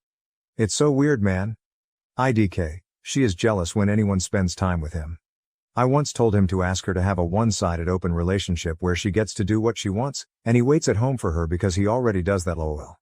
Commenter, did he even tell Leah she was invited? There might be a possibility that he's lying and the girlfriend didn't even know about the wedding. OP, she did not in fact know. Commenter, how did she learn about it? From you or from him, for damage control? OP, I called Leah in front of him, asking her about it. She had no idea. OP is voted not the A. Update post, June 25, 2024, 2 weeks later. I listen to 2 hot takes every day on my commute, so it was a huge surprise when you responded to my post. Thanks for your insights. Regarding the invitation, I now realize I shouldn't have phrased it as inviting a single person.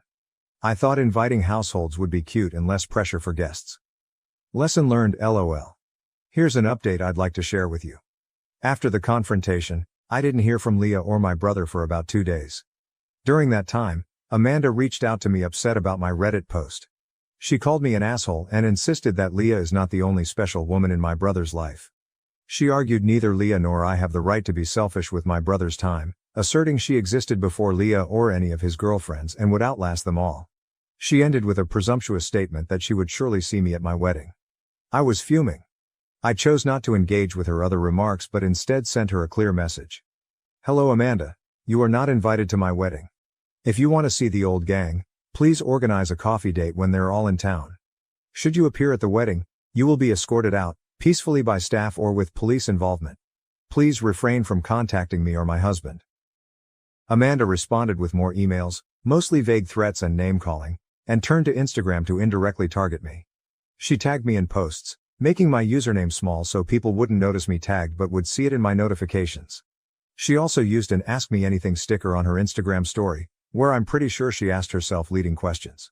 Highlights included questions like, what's the perfect outfit for a wedding? With a photo of herself in a dress captioned, this, but sadly I'll never get to use it, and what is your pet peeve?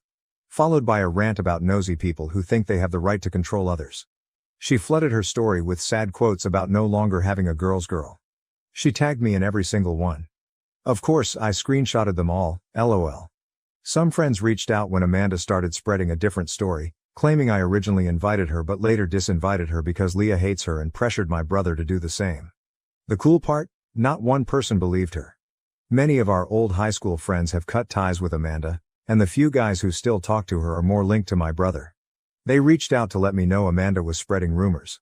The girls in the group blocked her after she vented to them, which led Amanda to start bombarding their phones. My brother panicked, thinking I'd started a campaign against her. Speaking of my brother, he called and texted me multiple times, furious that I excluded Amanda and even blamed me for any harm she might come to.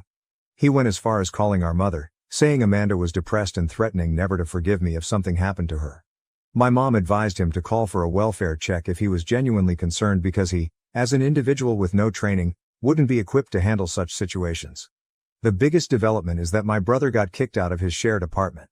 Leah called me to say their relationship might not continue and that she might not feel comfortable coming to the wedding. I understood her decision and offered an open ear. We met for coffee and she recounted their ugly fight. Without going into all the details, Leah didn't hold back. She made my brother read every single text out loud between him and Amanda and sent a copy to one of her male friends, who replied, Leah, what the F, this is not okay. She used this as evidence that their interactions were, at best, inappropriate and, realistically, an emotional affair. When my brother begged her to stay, she asked him why, knowing he would always choose Amanda. He swore he wouldn't, but his immediate response to a hysterical call from Amanda about me bullying her proved otherwise. Leah left while he comforted Amanda in another room. Later, she texted him that he needed to move out while she was away. It's her apartment, and she didn't want to see him until certain conditions were met, cutting Amanda out completely and seeking therapy to address his unhealthy patterns. The fight spanned 2 intense days. Leah found solace in your podcast and the comments here. She described it as surreal but helpful. She sends her greetings and wants people in similar situations to know a few things. Don't fear being alone, because being with someone who's not good for you will make you feel lonelier than being single. Never enter a relationship with a "I can fix him" mentality, as it usually ends in heartbreak. Prioritize yourself, and while trying to work things out is noble, don't depend on it as the solution. That's pretty much it. It sounds convoluted, like a soap opera, but my day-to-day life has surprisingly been calm. I think my brother really needs to mature and either commit to Amanda or realize he's being strung along. And to Amanda, please grow up and leave me alone. Relevant comment. Commenter: well, is your dad still coming to your wedding? I'm so glad Leah dumped your brother. OP: yes, of course. Also, they are on a break. Please insert Ross Geller meme here. Commenter: hey OP, your comment about your brother and Amanda taking a trip to Spain and uninviting his girlfriend because Amanda was uncomfortable with the girlfriend. I just read a post about exactly that situation. Was that your brother? I would post the link here, but it won't let me. OP: no, it's not him. The mods on Two Hot Takes leave a note on the post. Mod note: can confirm that someone was reporting this post and a bunch of comments for nonsense reasons when it first got traction. So, a not so happy hi Amanda, from our moderation team. New update post 1, July 8, 2024, 2 weeks later. We got a call last night. My brother has been in a car crash abroad. My father and I are on the way there. Getting plane tickets was almost impossible, so we have been driving since 5 a.m. He was on a holiday with Amanda to clear their minds. Amanda didn't even call us. I don't know if she is still with my brother or if she is also hurt. My brother's phone was shattered, so he can't update us. The nurse, bless her soul, has been updating us. He can't even talk to us. I think I'm just writing because I don't know what else to do. My dad doesn't want to talk. I don't know if he is mad or worried or both. I have never seen this expression on his face. My brother is an idiot who has hurt a bunch of people because he is selfish. But I still don't want him to die. He is my brother. Thank God he is alive. Amanda is not here. New update post 2, July 10, 2024, 2 days later. Title: what is going on? This has been an absolutely terrible week. My brother is alive but not doing well. We're stressed out of our minds because of the insurance situation. He and Amanda went to a country that's not part of the European Union, and of course, he didn't book any travel insurance. So we have to pay up front and hope his insurance will refund us. But we all know how that goes. If they owe you money, you might see it in 8 to 18 business months. My mom and Leah are trying to figure that out too. Amanda came to the hospital yesterday. She hadn't left, she just had to go to the police because of the car crash. The reason my brother is in the hospital is not because of the crash, but because of sepsis, a UTI turned kidney infection turned sepsis. They decided to go on vacation to blow off steam. Around 4 days in, my brother started feeling warm and sick. Amanda said she offered to drive him to an ER, but he declined. I'm not sure if she's telling the truth, but this is the first time I've seen her being genuine. They went out drinking, and when they came home, he took something for the pain. Amanda couldn't tell me exactly what it was, but she said it worried her because you're not supposed to mix medication with alcohol. They started arguing, and then my brother passed out. I don't know why she didn't call an ambulance, she couldn't explain it to me either. But when my brother came, she loaded him into the car. Amanda said she panicked, and when they were arriving at the hospital, she crashed into a barrier. That's when my brother's phone, which he was holding, flew out of the window. Amanda decided to run into the clinic to get someone and stay with the car until the police came. After that, they didn't let her in because she's not family. Instead of calling us immediately, she went back to their Airbnb and told me that she just needed a moment to process everything. She had to go to the police, pay for the damage, and then went to see my brother. But here's where it gets frustrating. Amanda decided that she needed to clear her head and left my brother in the hospital alone for a day. She checked into a nearby hotel to rest. She didn't tell any of us where she was until she showed up at the hospital yesterday, looking somewhat relaxed and acting as if everything was under control. When we confronted her about leaving my brother alone, she said, "I just needed some time to get myself together. It's been overwhelming." Meanwhile, my brother was lying in a hospital bed in a foreign country, with no way to contact us because his phone was shattered in the crash. We're now trying to navigate the logistics of getting him home and ensuring he gets the medical care he needs. Amanda, on the other hand, seems more concerned about how this whole situation is affecting her peace of mind. She even posted a photo from her hotel room, with a caption like, "taking a much-needed break." It has been a nightmare, And Amanda's behavior, while not super malicious, has added to the stress. We're doing everything we can to support my brother. My brother, on the other hand, is struggling physically and emotionally. He's worried about the mounting medical bills, his recovery, and the strain this situation has put on our family. On top of that, he's afraid that Amanda is losing interest in him, which only adds to his anxiety. That's why we're playing nice with Amanda, to avoid adding any more stress for my brother. We're focusing on getting him the best care possible and bringing him home safely. My love for my husband has been gradually dying since he forced me to choose between an open marriage and divorce. My husband, Leo, 34, and I, 30, have been together for 7 years, married for 4 of them. We don't have any kids and we don't intend to. 2 years ago, Leo asked me for an open marriage. I was devastated at the time. I couldn't understand why he didn't just want me. I couldn't even comprehend the idea of sharing him either. He gave me the same song and dance a lot of men give their spouses, swore up and down that he loved me. I just wasn't fulfilling his needs. He needed more than what I could give. It was just to spice up our life, it was just sex, etc. I did ask if there was someone else. He said no.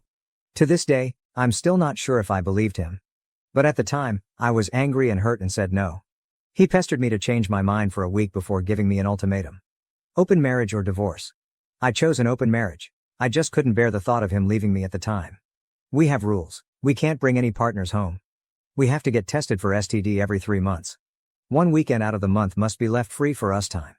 Any money we spend on with our partners must come from our personal accounts. I didn't partake in the open marriage myself for the first 3 months. Leo obviously did right away. He seemed to be gone or out late almost all the time, but he always acted so happy and loving towards me while I felt like I was dying inside. It killed me to think he was sleeping with other women, and I felt so lonely and unattractive and not good enough. I told my sister, Katie, 26F, and a few close friends everything. Katie told me to just play his game and be part of the open marriage too. If he can sleep around, so could I. I honestly didn't have much confidence in myself at the time. I'm a bit overweight and I've never considered myself conventionally pretty. I was afraid this would just humiliate me further. Katie and my best friend Jessie, 30F, set up my online dating profiles for me. I got so many matches that it was overwhelming. When I told Leo, he was surprised, but told me to do whatever I thought was best. Jessie helped me choose my first date, and I actually had a great time. He didn't pressure me for sex and took me out to drinks and dinner. We did have sex eventually, but it was all just casual and we didn't see each other after a couple months of casual dating. That first guy really made me feel more confident in myself. So I kept going on dates with men. A lot of them wanted to treat me, so I didn't have to spend much of my own money. Not only that, but some of the men have given me the best sex I've ever had in my life. Almost like the kind of sex you read in romance novels. It's been amazing. I am currently seeing 2 different men, alongside Leo. One, Mark, 38M, is more of a steady boyfriend I've been with for about 6 months, and the one, Steven, 25M, is very casual, mostly just hanging out and sex. They know about my open marriage, other relationships, and are fine with it. My husband has not been so lucky. In the beginning, he definitely was. He was always out and about and didn't seem to care even when I started dating too. But now he just complains a lot and hasn't been going out much. He whines about how he's usually the one spending money. A lot of the women he tries to be with want an emotional connection before sex. He often wants to be with younger women, but they want younger men. He's also been upset that I go out with random guys so often while he's at home alone all the time. He hasn't asked to close the marriage yet, but I feel like he will soon. He keeps saying he misses us and wants to spend more time together. He tried to initiate sex a lot more too. He wants to go on dates and go on vacations and all that stuff more and more, and he gets upset when I tell him I can't because I've already scheduled to do stuff with my partners, mostly Mark. Honestly, I don't think I love Leo anymore. I care about him, but I just don't love him. I'm not saying I love Mark or Steven, but I honestly feel closer to Mark nowadays than I do Leo. Mark makes me feel comfortable and safe, and I love spending time with him more than my own husband. Steven is funny and sweet and really good at sex. Katie and Jessie have been wanting me to divorce for a year now, but I was afraid of hurting him and thought I still loved him. But I think my love for him died when he asked for this open marriage in the first place. Seeing him get all pissy about it now just because he's not benefiting from it is also a turnoff for me too. But I don't know if divorce is the best option. I still care about him and I still don't want to hurt him. Maybe if he finally asks to close the marriage, we can talk about it then. Relevant comments. Comment 1, divorce. You're happier without him. He would only want to close the marriage because he can't get laid, not that he only loves you. OP. We've just been together for so long that the idea of him not being there feels weird. Which sounds stupid since I have 2 other partners, so it's not like I'll be lonely. But Leo was a part of my life for so long that for him to not be there just doesn't feel right. But you're probably right. OP on her husband dismissing her feelings regarding the open marriage. OP, I really do think Leo does love me, in his own way. Even when he was more active in the open marriage, he still made time for me and still did a lot with him. For me. But you're probably right on the divorce. Comment 2. Part of the issue is the main relationship is supposed to be the important one, so the whole 1 weekend a month for us time wasn't enough. OP, I actually did argue that in the beginning, but he insisted that he needed to keep his weekends free. He did spend a lot of time at home during the weekdays, so in his mind, that made up for it. Comment 3. What if he finds evidence of your open marriage and frames you as a cheater and then brings you to the cleaners? At this point, I wouldn't trust Leo. What you're experiencing is normalcy. You're used to his presence in your life. But how long are you going to live like this? OP. Jesse had the same train of thought of you and actually took screenshots of his dating profiles during the beginning of the open marriage. She also told me to save screenshots of any texts we had about the open marriage. I don't think Leo would do that, but I also didn't think he'd ever ask for an open marriage, so what do I know? Update 1. Hi everyone. I got so many comments and messages on my last post, which got deleted for some reason, that I was a bit overwhelmed. Especially when a lot of you kept saying the same thing, divorce, divorce, divorce. But the thing is, I think a part of me still loves my husband. I know in my last post that I didn't think I loved him anymore, but I can't just forget about the things that I do love. I love when he sings in the shower. I love when he laughs so hard he snorts. I love when he kisses my forehead when I've had a bad day. I love when he holds my hand when he watch TV together. Leo has done a lot of shitty things, but he really isn't the big asshole people think. Maybe that was my fault.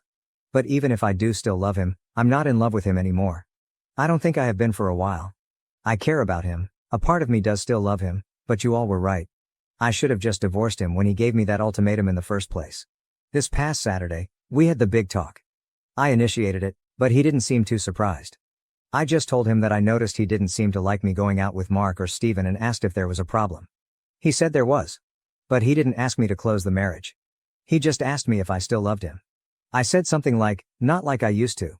He broke down crying, which made me cry. I guess he had known for a while that I wasn't in love anymore, but he had hoped he could win me back if he funneled all of his energy into me. I was honest and told him that during those first 3 months of our open marriage, I think my love for him died and I just couldn't get it back. I did tell him that I still cared about him and that I did love him, but it's not the same as it was. He asked if I loved Mark or Steven, and I said no. I like being with them and I care about them a lot, but I can't say I'm in love with either of them. I also finally asked him why he wanted the open marriage in the first place. A lot of you in the comments said he already had someone lined up and you were right. He had someone at work he was interested in and she wanted him too. The open marriage was just to get permission. He honestly never expected me to also get my own partners because of how unconfident I was, but he didn't want to stop me either because he thought nothing would come of it. He didn't really like me seeing other men, but he knew it wouldn't have been fair to tell me no when I gave him permission first. I guess Mark and Steven made him insecure because I was spending so much time with them on a regular basis. The open marriage was just sex on the side for him. He only did hookups and they never lasted long. He genuinely always just loved me. But he thought I was falling in love with my partners and he was losing me and wanted to win me back. We cried a lot and talked a lot. We've decided to get a divorce. Since the house is in his name, I'm going to move out and live with Katie for a while. He told me I didn't have to and I could stay until the divorce was finalized, but I just can't. It's too hard to even look at him sometimes. I don't know how I feel, to be honest. I thought I would be relieved or sad, but I'm just tired. I wish I could have been like you all wanted me to be, clapping back or being sarcastic and snarky or rubbing it in his face, but I don't feel like I've won anything. I just feel lost. Relevant comments. Comment 1. I'm wondering if maybe the other woman ended it so now he was back to what he was comfortable with, his wife. He went and had his fun and when that died out, he was not left with a wife waiting for him at home. OP, he and his coworker were only sleeping together for maybe a month. She fulfilled his kinks that I never liked indulging in. That's why he was with most of his partners, because I wasn't interested in his kinks. Comment 2, he stepped out of this marriage first and tried to have his cake and eat it too. The thing with open marriages is that you can never count on how emotions will change. Sex is a very intimate action and many people will develop emotional connections, those connections come at a price. He placed a bet and he lost. At least he's man enough to acknowledge it and own up to it. There is no easy answer. OP, I wish you healing OP. Thank you. Leo just thought the open marriage would be a way for him to get all of his kinks he couldn't do with me, because I wasn't into it. He knew how unconfident I was, which wasn't because of him. A lot of people seem to think that he eroded my self-esteem but he didn't. We can thank my mother for that, but that's a whole other can of worms, So he never expected me to partake in the open marriage either. Comment 3. So he never expected me to partake in the open marriage either. So basically, while he asked for a mutually open marriage, he expected it to be only his side open and then got hurt that reality didn't meet his expectations. OP. Leo admitted that he did only expect his side to be open. He was never going to stop me from opening my side, but like I said, he didn't think I would. TBH, I don't think I would have either if it wasn't for Jesse and Katie pushing me and making profiles for me. Am I the A for refusing to walk my son's fiancée down the aisle and lie about loving her like a daughter in my wedding speech? May 10, 2024. I am a 41-year-old man with 2 children from my ex-wife, a 42-year-old woman, a son named John, 22 years old, and a daughter named Sally, 20 years old. I am now remarried to my 28-year-old wife. I am very close with my kids. My son is engaged to Abby, who seems nice but has been a bit pushy in trying to build relationships with me and my wife, although she's awkward with my wife. Abby is not close to her own family, and while she has shared many stories about why some of her complaints do not seem too bad, it is not my place to judge, and I did not live through it. So I cannot know anyway. We have tried to be welcoming, but Abby has forced her way into some family traditions where she would not have been invited and some where no one outside of specific family members would have been included. She has been calling Sally sis since they were only dating for a few months. She has an odd sister/mother-in-law relationship with my wife, and the one I am not a fan of is that she wants me to be like a father to her. Not because we have clicked or anything. We are very different people. Not saying that in a bad way, just that it is not based on how we get along or anything. My kids and I have a tradition of having private catch-up sessions in my office of study when they come over, which is now even more important to them because, while they both get along well with my wife, they do not want to have personal conversations around her yet. Abby asked if we could talk, and after I explained the tradition, John later asked that I include her, saying she had never had a caring conversation with her own dad. We compromised by not including her in the tradition but instead having coffee together with John and letting her talk. Then she started calling me dad, even though they were not even engaged yet. John pulled me aside and begged me to give her that, explaining that I was always the dad she wanted right in front of her, and she just wanted that. He told me she cried watching me and Sally together. I did not like it, but I felt bad, so I agreed. She now wants me to walk her down the aisle and do the father-daughter dance. I do not want to walk her down, and I walk with a cane, so dancing is hard. At my own wedding, I only danced twice. John is begging me to do at least one, preferably walking her down the aisle. They came over on Sunday, and while John and I were talking, Abby walked in without knocking and asked if John had told me yet. When I asked what, John said she wanted me to say something in my speech about having a second daughter now and how I loved her. I just looked at him. She asked if I would do the walk and dance for Sally and I said of course. She yelled that she is my daughter too and I said it will never be the same because Sally is my actual daughter. I tried to explain that I would talk about her being a happy addition to the family and how I love how happy she makes John, which I thought was a good compromise, but she started crying. John apologized, and they left, but he called me when they got home, nearly begging me to do it. Am I the asshole because I will not lie and say I love her or that she is my daughter? Verdict, not the asshole. Relevant comments. Commenter 1, not the A. You have your boundaries. Abby sounds like she's developed this fantasy involving you and your family. That can't be healthy. And yelling at you. You will tell people you love me. You will tell people I'm your second daughter. You will have a good time at my wedding. OP. John told me she really wants to be part of the family, but she started so quickly I wonder how much is us versus the idea of us. I've been told she immediately was obsessed with the relationship my kids and I have. The yelling, I was more concerned for John than upset honestly. She seemed not okay right then. Commenter 2. Yeah, this doesn't sound like it's about you or Sally as actual people. It's about Abby's fantasy of having a family. It makes me wonder how much she really even knows you or Sally. There's nothing wrong with her wanting a family, but she's going about it wrong. Relationships grow and develop over time. You don't just claim someone as family and have an instant relationship with them. She could definitely benefit from therapy. OP. She knows Sally a bit now. With me she learns surface level things and approaches me. But when I try to engage, she immediately acts like we're so close and switches subjects to something related to how much closer we should be. John says it's nerves but it doesn't seem like it. Commenter 3. Not the A. You have to keep correcting her. She pushed this far with the aisle speech because you gave them an inch with the dad, etc. You need to put your foot down with your son and her. If this continues, someone in the family will get fed up and might explode on them and it won't be pretty. What if that confrontation comes at the wedding? This needs to be sorted now before the relationship and interactions continue.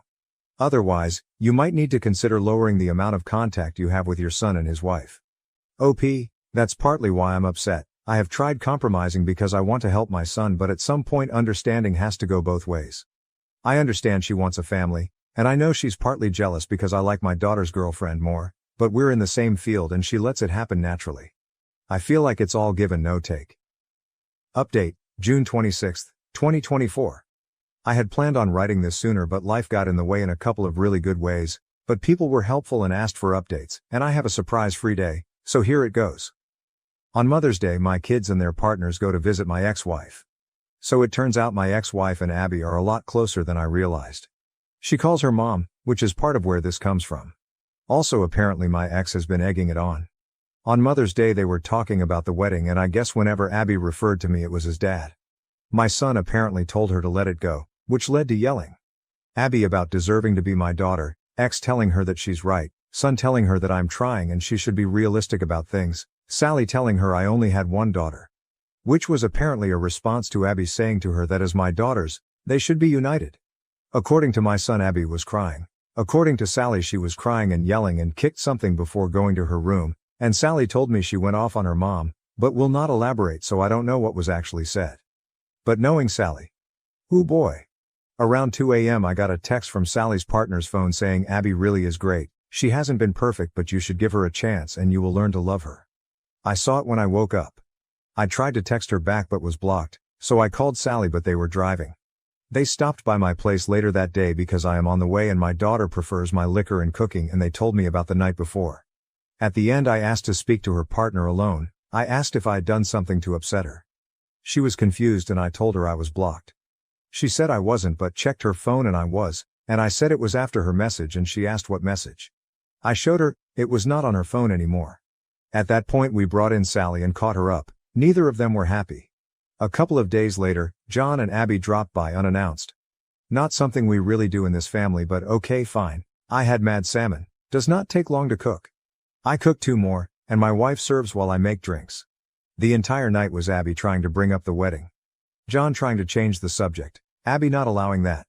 We talk logistics because I'm helping them get some good deals through some professional contacts I have, when finally she just says, so I was talking to mom, she said that you can walk me down the aisle and she'll do the dance, or you can dance and she'll walk, it's your call but you need to choose soon. I reiterated that I could not dance. She tried arguing that I had danced a little at my wedding but I made it clear that is different, and did not feel comfortable walking her. She got upset and said, Mom loves me, why can't you? I felt bad but couldn't lie. I pointed out that she had John who loved her, my ex-wife, friends, she had people who love her. She said, but other than ex-wife, those aren't my parents. I said neither am I. She was very emotional, so my wife and I gave them a few minutes. My son and I were alone later. He looked exhausted. He said the problem was that after Mother's Day Abby had called Sally and kept saying they are both my daughters, that I did not get to be close with one but not both, and that it was them against me. But at that one Sally cried havoc and let slip the dogs of war. Things were said. Grievances were aired. John had to hang up before it got worse, but I guess Abby was shaken, but there was a new problem. Abby had decided in her head that I did not mean what I have been saying and was just doing it for Sally. He told me he would handle it. Ron Howard. He did not. So now I get text messages from Abby every couple of days acting like we have a secret relationship Sally doesn't know about. She even called herself my secret daughter and laughed out loud. She invited my wife to lunch, saying 2 out of 3 of his girls going out. She has even started using the pressure of showing up at events like a recent barbecue to play a certain image. She hugs me more and holds it, wants to take pictures with just me or my wife and I, but always a few with just me to post with captions I do not like. My wife is getting especially annoyed because of how she is with her. I guess Abby surprised her with Father's Day plans for me that had to be shut down. As it is, she still inserted herself into the day, but she has a soft spot for her, and when Abby gets emotional she caves. My wife is a sweetheart. I asked him if he was upset with me and he said no, he just wished it was different. He said we're good, but he's worried he and Sally aren't, which is when I took the advice of some people and suggested premarital counseling. He said he would talk about it. Abby is insisting Sally go to her fitting. That shop should pay-per-view that potential Royal Rumble because Sally is not holding her feelings back anymore. I told him Sally loves him and I'll talk to her, but for now it is stressful all around. Abby driving my wife crazy with her ideas for what my girls should be doing, driving me crazy with dad-daughter content, drove Sally to the edge, and oh yeah, last night sent me an email with 3 styles of father-daughter dances and song options, so I'm not feeling any more respected or heard than before. The 6 of us have barely been in the same room in order to let things calm down since Father's Day, which was great until it was a shit show. Sorry this is so long, with all the craziness this is still the abridged version. We are supposed to meet Friday. Sally's partner and I have a bet going about how bad it will go. So onward and upward. I hope you fathers had a less dramatic day than I did, and by any chance does anyone know exactly how bad of a crime I need to commit to enter witness protection? Just curious relevant comments. Commenter 4. Not the A. But Abby needs serious mental health help. This is beyond a little needy to downright pathological. What's going to happen when she finally realizes she is not going to get her way? Someone's going to get hurt. Your daughter and her partner need to step back and not engage at all, and you and your wife should attempt to do the same. Tell your son you love him and will do your best to support him, but until Abby gets help you cannot allow her to be around you and your wife. I wouldn't be surprised if Abby has a history of this type of behavior with others in her past. OP, I do not know her enough to know about her history, but this does worry me. Especially since my wife and I recently got some good news that has me feeling especially protective of her. My wife has a hard time with the idea of cutting contact since they get together occasionally. I pointed out she needs to take care of herself, plus Abby has my ex-wife as a mother figure now, so she should be off the hook. Commenter 5. I can't believe your son is dumb enough to still want to marry this walking red flag. At this point you need to have a talk with your son, tell him that his fiancée is making you, your wife, and his sister extremely uncomfortable, and that you have serious concerns about her emotional stability because of her inability to accept boundaries and being told no. I would also tell him that, if she doesn't back off ASAP, you will make your boundaries physical and not attend events she's at or invite her to your events. Personally, I'd tell my son I won't attend the wedding because I can't support him marrying someone so toxic, but that my door is open to help him escape her once he's ready. I know not everyone could or would do that, but I would if it was one of my kids. And witness protection is for witnesses of big crimes, not really those who commit them. You'd be better off just faking your death and running LOL OP. The shame is we used to sort of like her, my daughter, my wife, and myself. Early on she was interesting. Diverse interests. She has traveled a lot for her age. She and I even have overlap in musical taste. The problem was when she decided she wanted this, her personality changed and she started getting pushy, changing subjects to what she wanted if they were subjects she liked. It was like everything was put on hold until we acquiesced, which we haven't, so it has not gone on. You make a good point about witness protection. Plus I've been meaning to take up location tracker free boating and scuba diving in sharky waters. Commenter 6, did you tell your son about the fake message from Sally's partner and the blocking? I don't know that you ever confirmed that Abby did it, but that is another level of crazy from just inserting herself into your life. OP, I do not think confirmation is possible, but her phone was where Abby would have been able to get it according to Sally. Sally asked to be the one to tell him, this is crazy, but with everything going on, job stuff, great news, family stuff, best news, wedding stuff, I try to watch my drinking. And the family exploding a bit on Father's Day, I honestly forgot to ask her what happened. I have to call her later. It's funny until you sit down and write everything out you don't realize how much there is, it just feels like one thing after another. Commenter 7, not the A. You mention in another comment your wife is pregnant, be prepared for Abby to go into overdrive, especially if it's another girl. Her level of obsession is very concerning. If you can't convince your wife to step back now, give it about 5-6 months when Abby has taken over the baby shower, picked out the nursery, posted the ultrasounds online, insists on being in the delivery room, and gives your wife a full belly grope every 3.8 minutes during visits. Revisit the conversation then. OP, my daughter said the same thing about the baby coming. Your second paragraph sounds like hell. Thankfully my wife has a close circle of friends for those things, but I am sure you are right that Abby will try to insert herself in our pregnancy journey like she did my Father's Day. My ex-girlfriend committed suicide. I am a firefighter and had to find her body.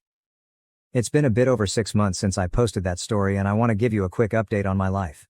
I'm on mobile, so I apologize if it makes it harder to read. TLDR, my ex-girlfriend got into an abusive relationship with a drug addict. She was dealing with depression for a while and killed herself. I am a firefighter in NJ, but go to school in NH. I received the call and conducted research to find her. I drove back down to help with the search. We found her body in the woods and she wrote me a suicide note. Where I left off was me upset about the situation and upset with the world, and most importantly, upset with myself. I was in a dark place for a while after that. I drank and shunned out everyone but my friends who were helping me. For a good amount of time I distanced myself from any girl who I met. The funeral wasn't long after and Jim didn't even show up. I'm not sure if he was invited, but it just shows the type of guy he is. I didn't feel comfortable with dating anyone, let alone even hooking up with them.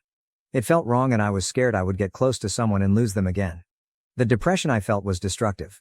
My chief reached out to me not long after because I never told him how I knew her.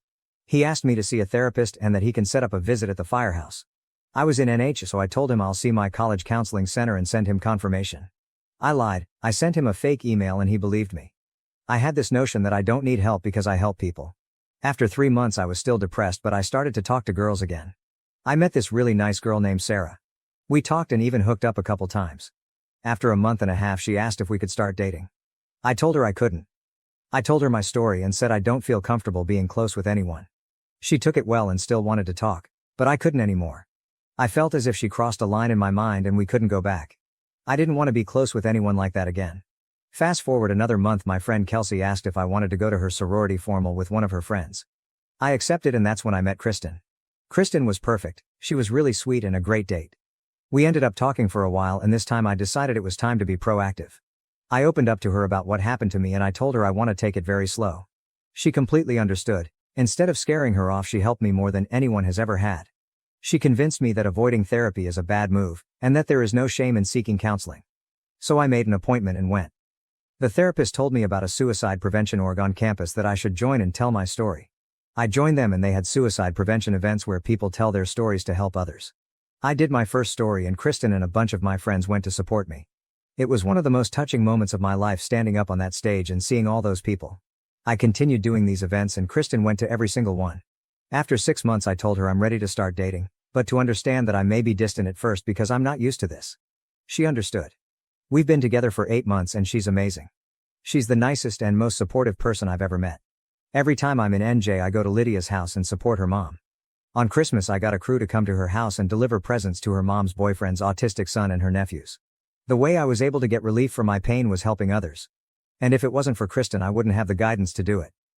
I punched an autistic kid after he groped me and now everyone hates me. Am I the jerk? That grope was the last straw. I have known Troy since nursery, kindergarten for Americans, or just anyone, and he has always been a baby. It was always his autism that made him who he was. I don't know why, but he always had a crush on me. I rejected him gently multiple times but he never took no for an answer.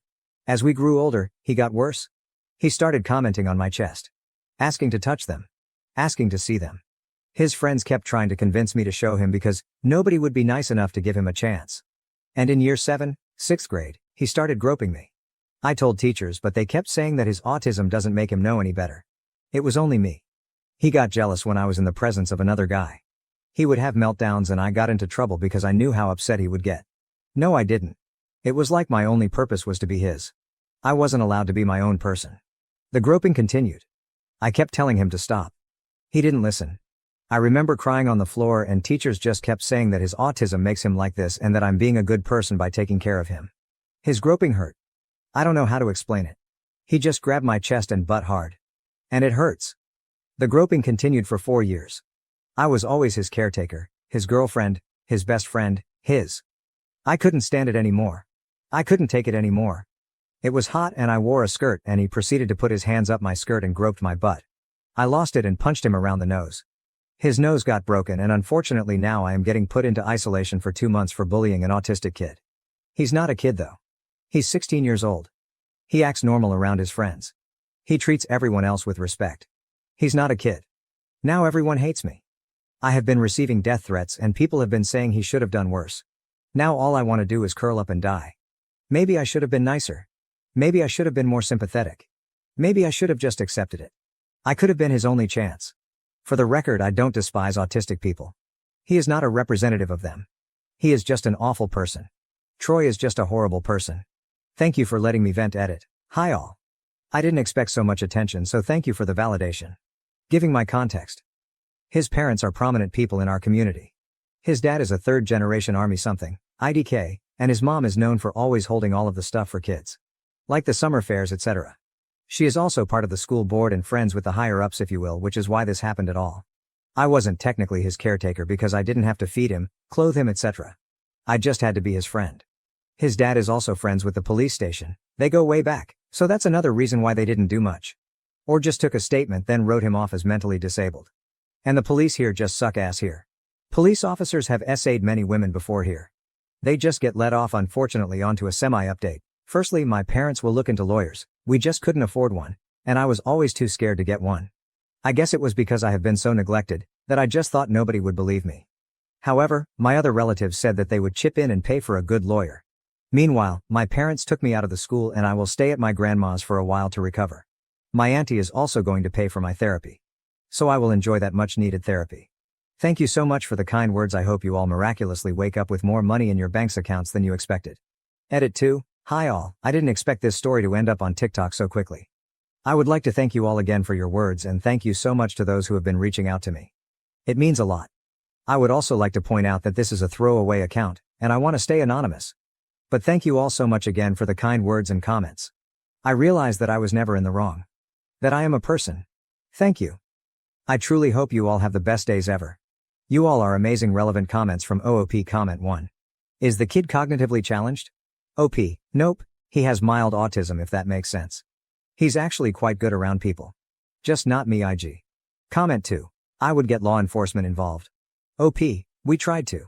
They just didn't care because he is mentally challenged. My parents genuinely tried to do something, but when everyone defends him, they believe the majority. I mean, when I usually say this story, people automatically think I hate autistic people. I don't. Because autistic people don't do this. Horrible people do. Autism isn't the label for assault, the label is sexual assaulter. Update. Firstly, I would like to thank you all so much for your kind words and messages. Thank you for your support and validation, your words meant so much to me. Also, I thought I would explain the whole I hope you all miraculously wake up with more money in your bank account comment. I heard someone in TikTok say this and thought it would be a nice thing to say, as some people did question it in my messages. But yeah, thank you all again. Before this update starts, I would like to say that this all occurred like 2 weeks ago now. I just reached my breaking point and needed to vent. Hence why the update may be soon to some. This won't be the final update, but an update. I would also like to clear the air with my parents. Now unfortunately, my parents come from a country where this stuff is normal. Not only that, but I am partially to blame as I didn't say anything. Eventually I did tell them and they tried their best to help me. But they didn't know how. Though I do acknowledge their efforts, I am still going to be taking time to heal from them as well. My entire family also had a go at them and expressed their disappointment. The best thing for now is for me to spend some time apart from them. So to begin, I left the school. After my parents had heard that I got into trouble seriously because of Troy again, they basically thought it was time to pull me out. I am due to start my new school in 2 weeks. I have also been trying to settle at my grandma's house as I just needed a fresh start with fresh people. To be honest, I have never felt so free. I have had to deal with that torment for years and years. So now I can enjoy the pleasure of walking home and not seeing him or bumping into him. So I feel great. On to the serious stuff. As I had mentioned, my family basically decided to pay for a lawyer, and we are now hoping to have a lawsuit against basically everyone involved. My grandma also had a go, to put nicely, with the school's board for basically allowing nepotism to harass other girls. She called all of the teachers a disgrace for endangering not only me but other people, and saying how none of the teachers who allowed this deserved to even step foot into a school. This experience has also not been all sunshines and daisies. After the suit was claimed or made, IDK, my parents got letters and messages basically asking for the case to be dropped. My parents obviously said no. But it still didn't stop the harassment. I eventually got harassed too. All of the people giving me death threats decided to go into graphic detail on what Troy wanted to do to me. Spoiler, it wasn't great. And Troy's parents showed up on my doorstep demanding to see me and talk to me, and how Troy is ready to apologize. Thankfully by then my uncle and I had been on the way to my grandma's house. However, my parents obviously didn't let them in regardless, and said that if they wanted to communicate it had to be through a lawyer. The harassment didn't stop. And eventually Troy sent me a message on a burner account detailing all of the things he was going to do if got the opportunity to, and that I should be grateful that I managed to walk away with just a groping. Troy also kept spewing on about how I'm nothing but a whore or slut, etc. And I should be grateful that someone so popular even looked my way. He kept saying how if I had just let him fuck me, he wouldn't have groped me. However, I know if I did that I would no longer be myself. I would be his property forever. The thought of that makes me want to vomit. Also, his logic doesn't make sense to me. Anyway, I just got receipts and blocked him. I also asked my parents to help me change my number. And I did. My grandma, being the person she is, decided that wasn't good enough and got me a whole new phone. She claims it's compensation for my trauma. Thanks, Grandma. I am starting therapy the day after tomorrow and I am hoping to start family therapy in August as, truthfully, I don't know if I'm mad at my parents or should be mad. Like, is it my fault for not saying anything? But that's all the update I can give you for now. The lawsuit will be a whole other process and hopefully if I remember I can update you all again. Thank you so much for your words. I truly appreciate all of you. I hope this update is clear enough for you and apologies if you made it this far. I slapped my mother-in-law. My husband scolded me and told me that I am not allowed to do that to his mother. She and he are both racists. Hi Reddit. I made this throwaway because I need some help to know if I should apologize to my husband because yesterday I slapped my mother-in-law in front of him. For context, my husband is white and I am mixed. My mom is Puerto Rican and my dad is white. My mom has very dark skin and my dad is pretty fair. I'm pretty white passing, which for those who don't know, means you can't really tell that I'm Latina unless I tell you.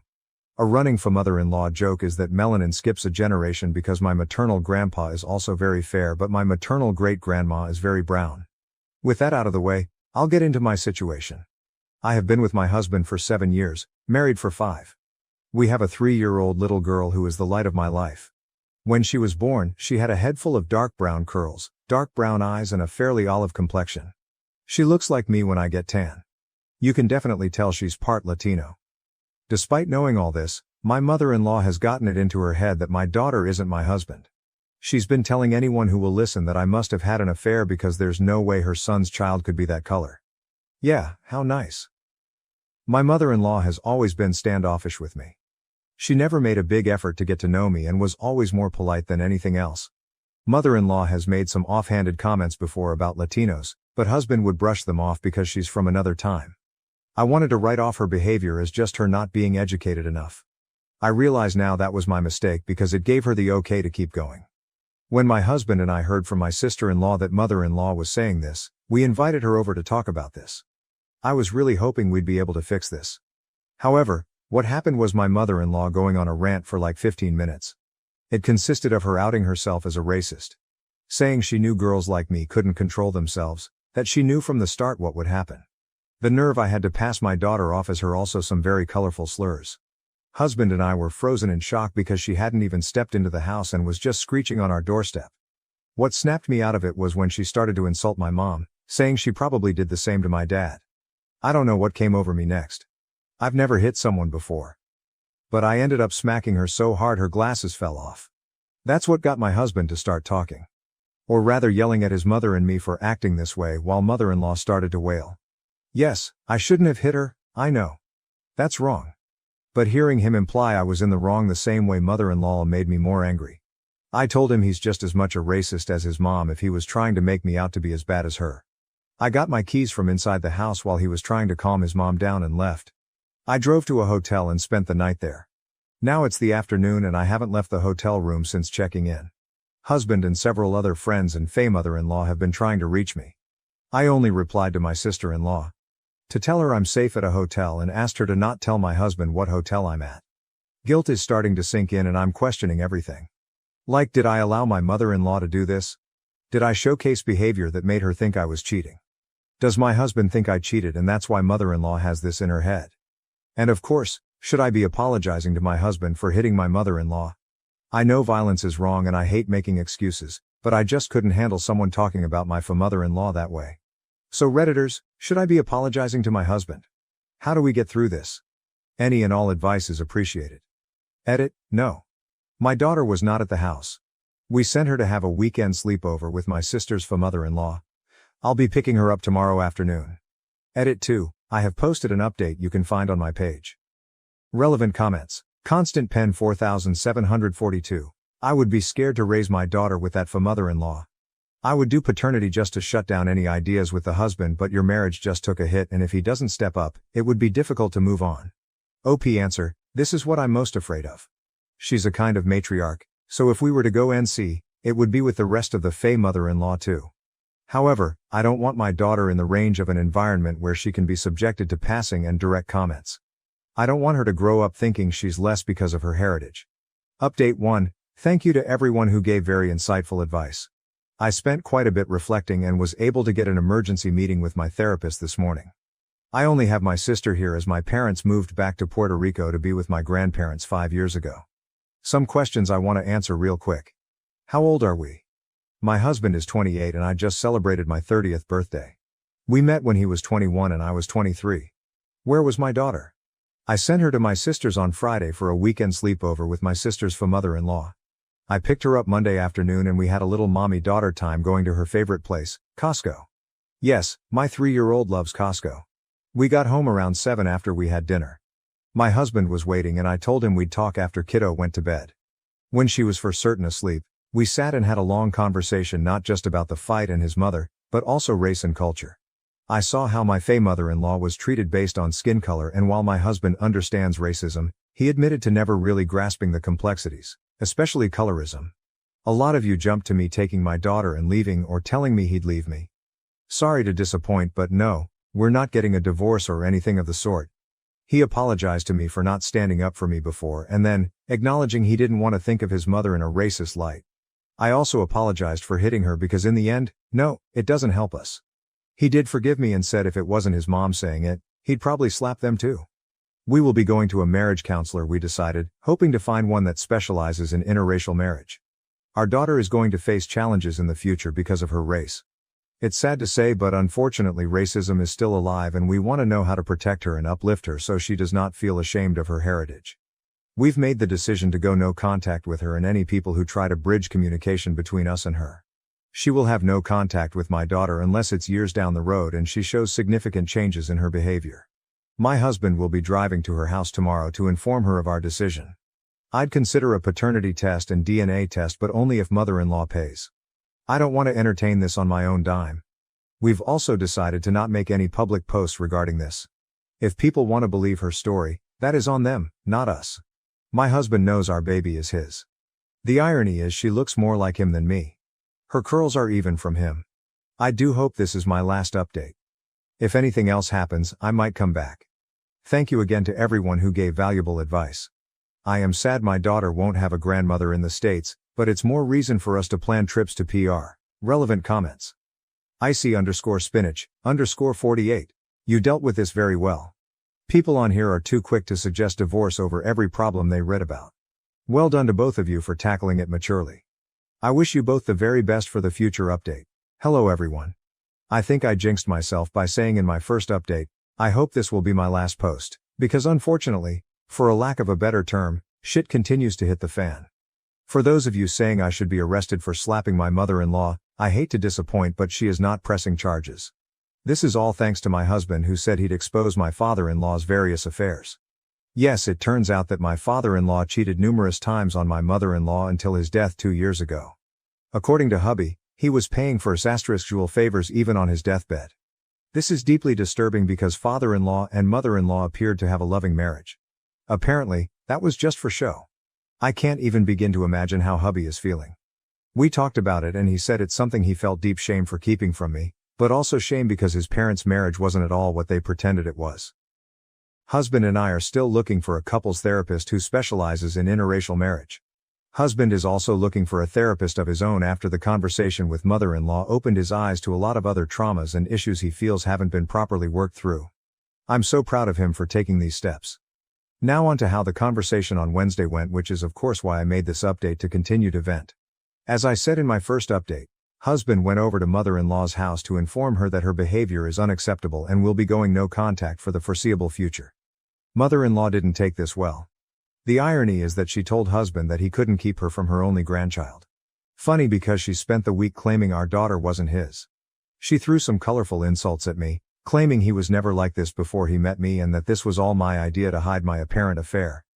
In response, husband said if she's so certain that I'm cheating and that our daughter isn't his, she can pay for a paternity test and a PI to find my affair partner. You know, an affair partner that doesn't exist. Husband says mother-in-law's face turned a comical shade of red and he swears there was steam coming from her ears. This is when mother-in-law said she'd press charges and husband said he'd just tell everyone about father-in-law's serial cheating. Mother-in-law apparently burst into tears then, got down on her knees, wailing he couldn't leave her. Hubby just pushed her off and left. I had already blocked her number so she couldn't contact me, but she blew up husband's phone till he came home and he blocked her. Husband is going to be sending her an email, reiterating what he said about NC, and until she proves she's gotten help, understands she was wrong, and apologizes, she won't be seeing any of us. Both of my husband's sisters called us to get the scope of the problem and agreed to set the record straight with anyone who tries to get a hold of us for mother-in-law or tries to echo her conspiracy theories. Anyone who wants to back her up can crowdfund for a paternity test and private investigator. We've spent too long building up our finances to waste them on the ravings of a mad woman. Husband and I did read comments on the posts. I did tell him about it and show him, and we both thank you for the support and helpful comments. Husband has a special message for those doubting me and saying I should get arrested. Get fucked, incel. I love this man so much, and I'm so lucky to call him my husband and the father of my little girl. We'll be celebrating mother-in-law being out of our lives by taking our daughter out to Texas Roadhouse, eating an ungodly amount of rolls, and seeing Despicable Me 4. Wishing everyone love and thank you again for all the support. Edit. I forgot to add this too, but she also threatened grandparents' rights on the grounds that I endangered my daughter by taking the medication I use for my autoimmune disease during pregnancy. We doubt she'll actually go forward with that, but we will consult a lawyer regardless. Relevant comments. Do Coffee 6106. It sounds like you and your husband have been through an incredibly challenging and emotional time. It's great to hear that you're both taking steps to address the situation with professional help and that you have a support system in place. OP answer, thank you. I feel equally blessed that his two sisters support our decision to go NC and won't be trying to defend or speak on mother-in-law's behalf. Snoowords 4839. Look up emotional incest. Mother-in-law needs therapy to stop trying to make your husband take the place of father-in-law. Start that fuck you binder. She may call Child Protective Services and tons of other problems. Make sure she isn't on any pickup list for your child. Most states, grandparent rights go nowhere when both parents are married. Cameras and documents. OP answer, thank you for saying the pickup list for daycare. Even though she's never picked her up before, I'm realizing that's a scenario and will be letting her daycare know. Gwynison. This is what I'm most afraid of. She's a kind of matriarch. So if we were to go NC, it would be with the rest of the family too. I'm glad OP and her husband appear to have decided this doesn't matter, because it doesn't. The mother-in-law only remains the matriarch who can dictate what the rest of the family do, cut off OP and husband over their no contact, if they agree with and allow her to do so. And as it seems so far, his own siblings are not going to do that. If they did, well then they're just awful racists like the mother-in-law, or at best enablers of it. So no big loss if they choose to ban them from the family, right?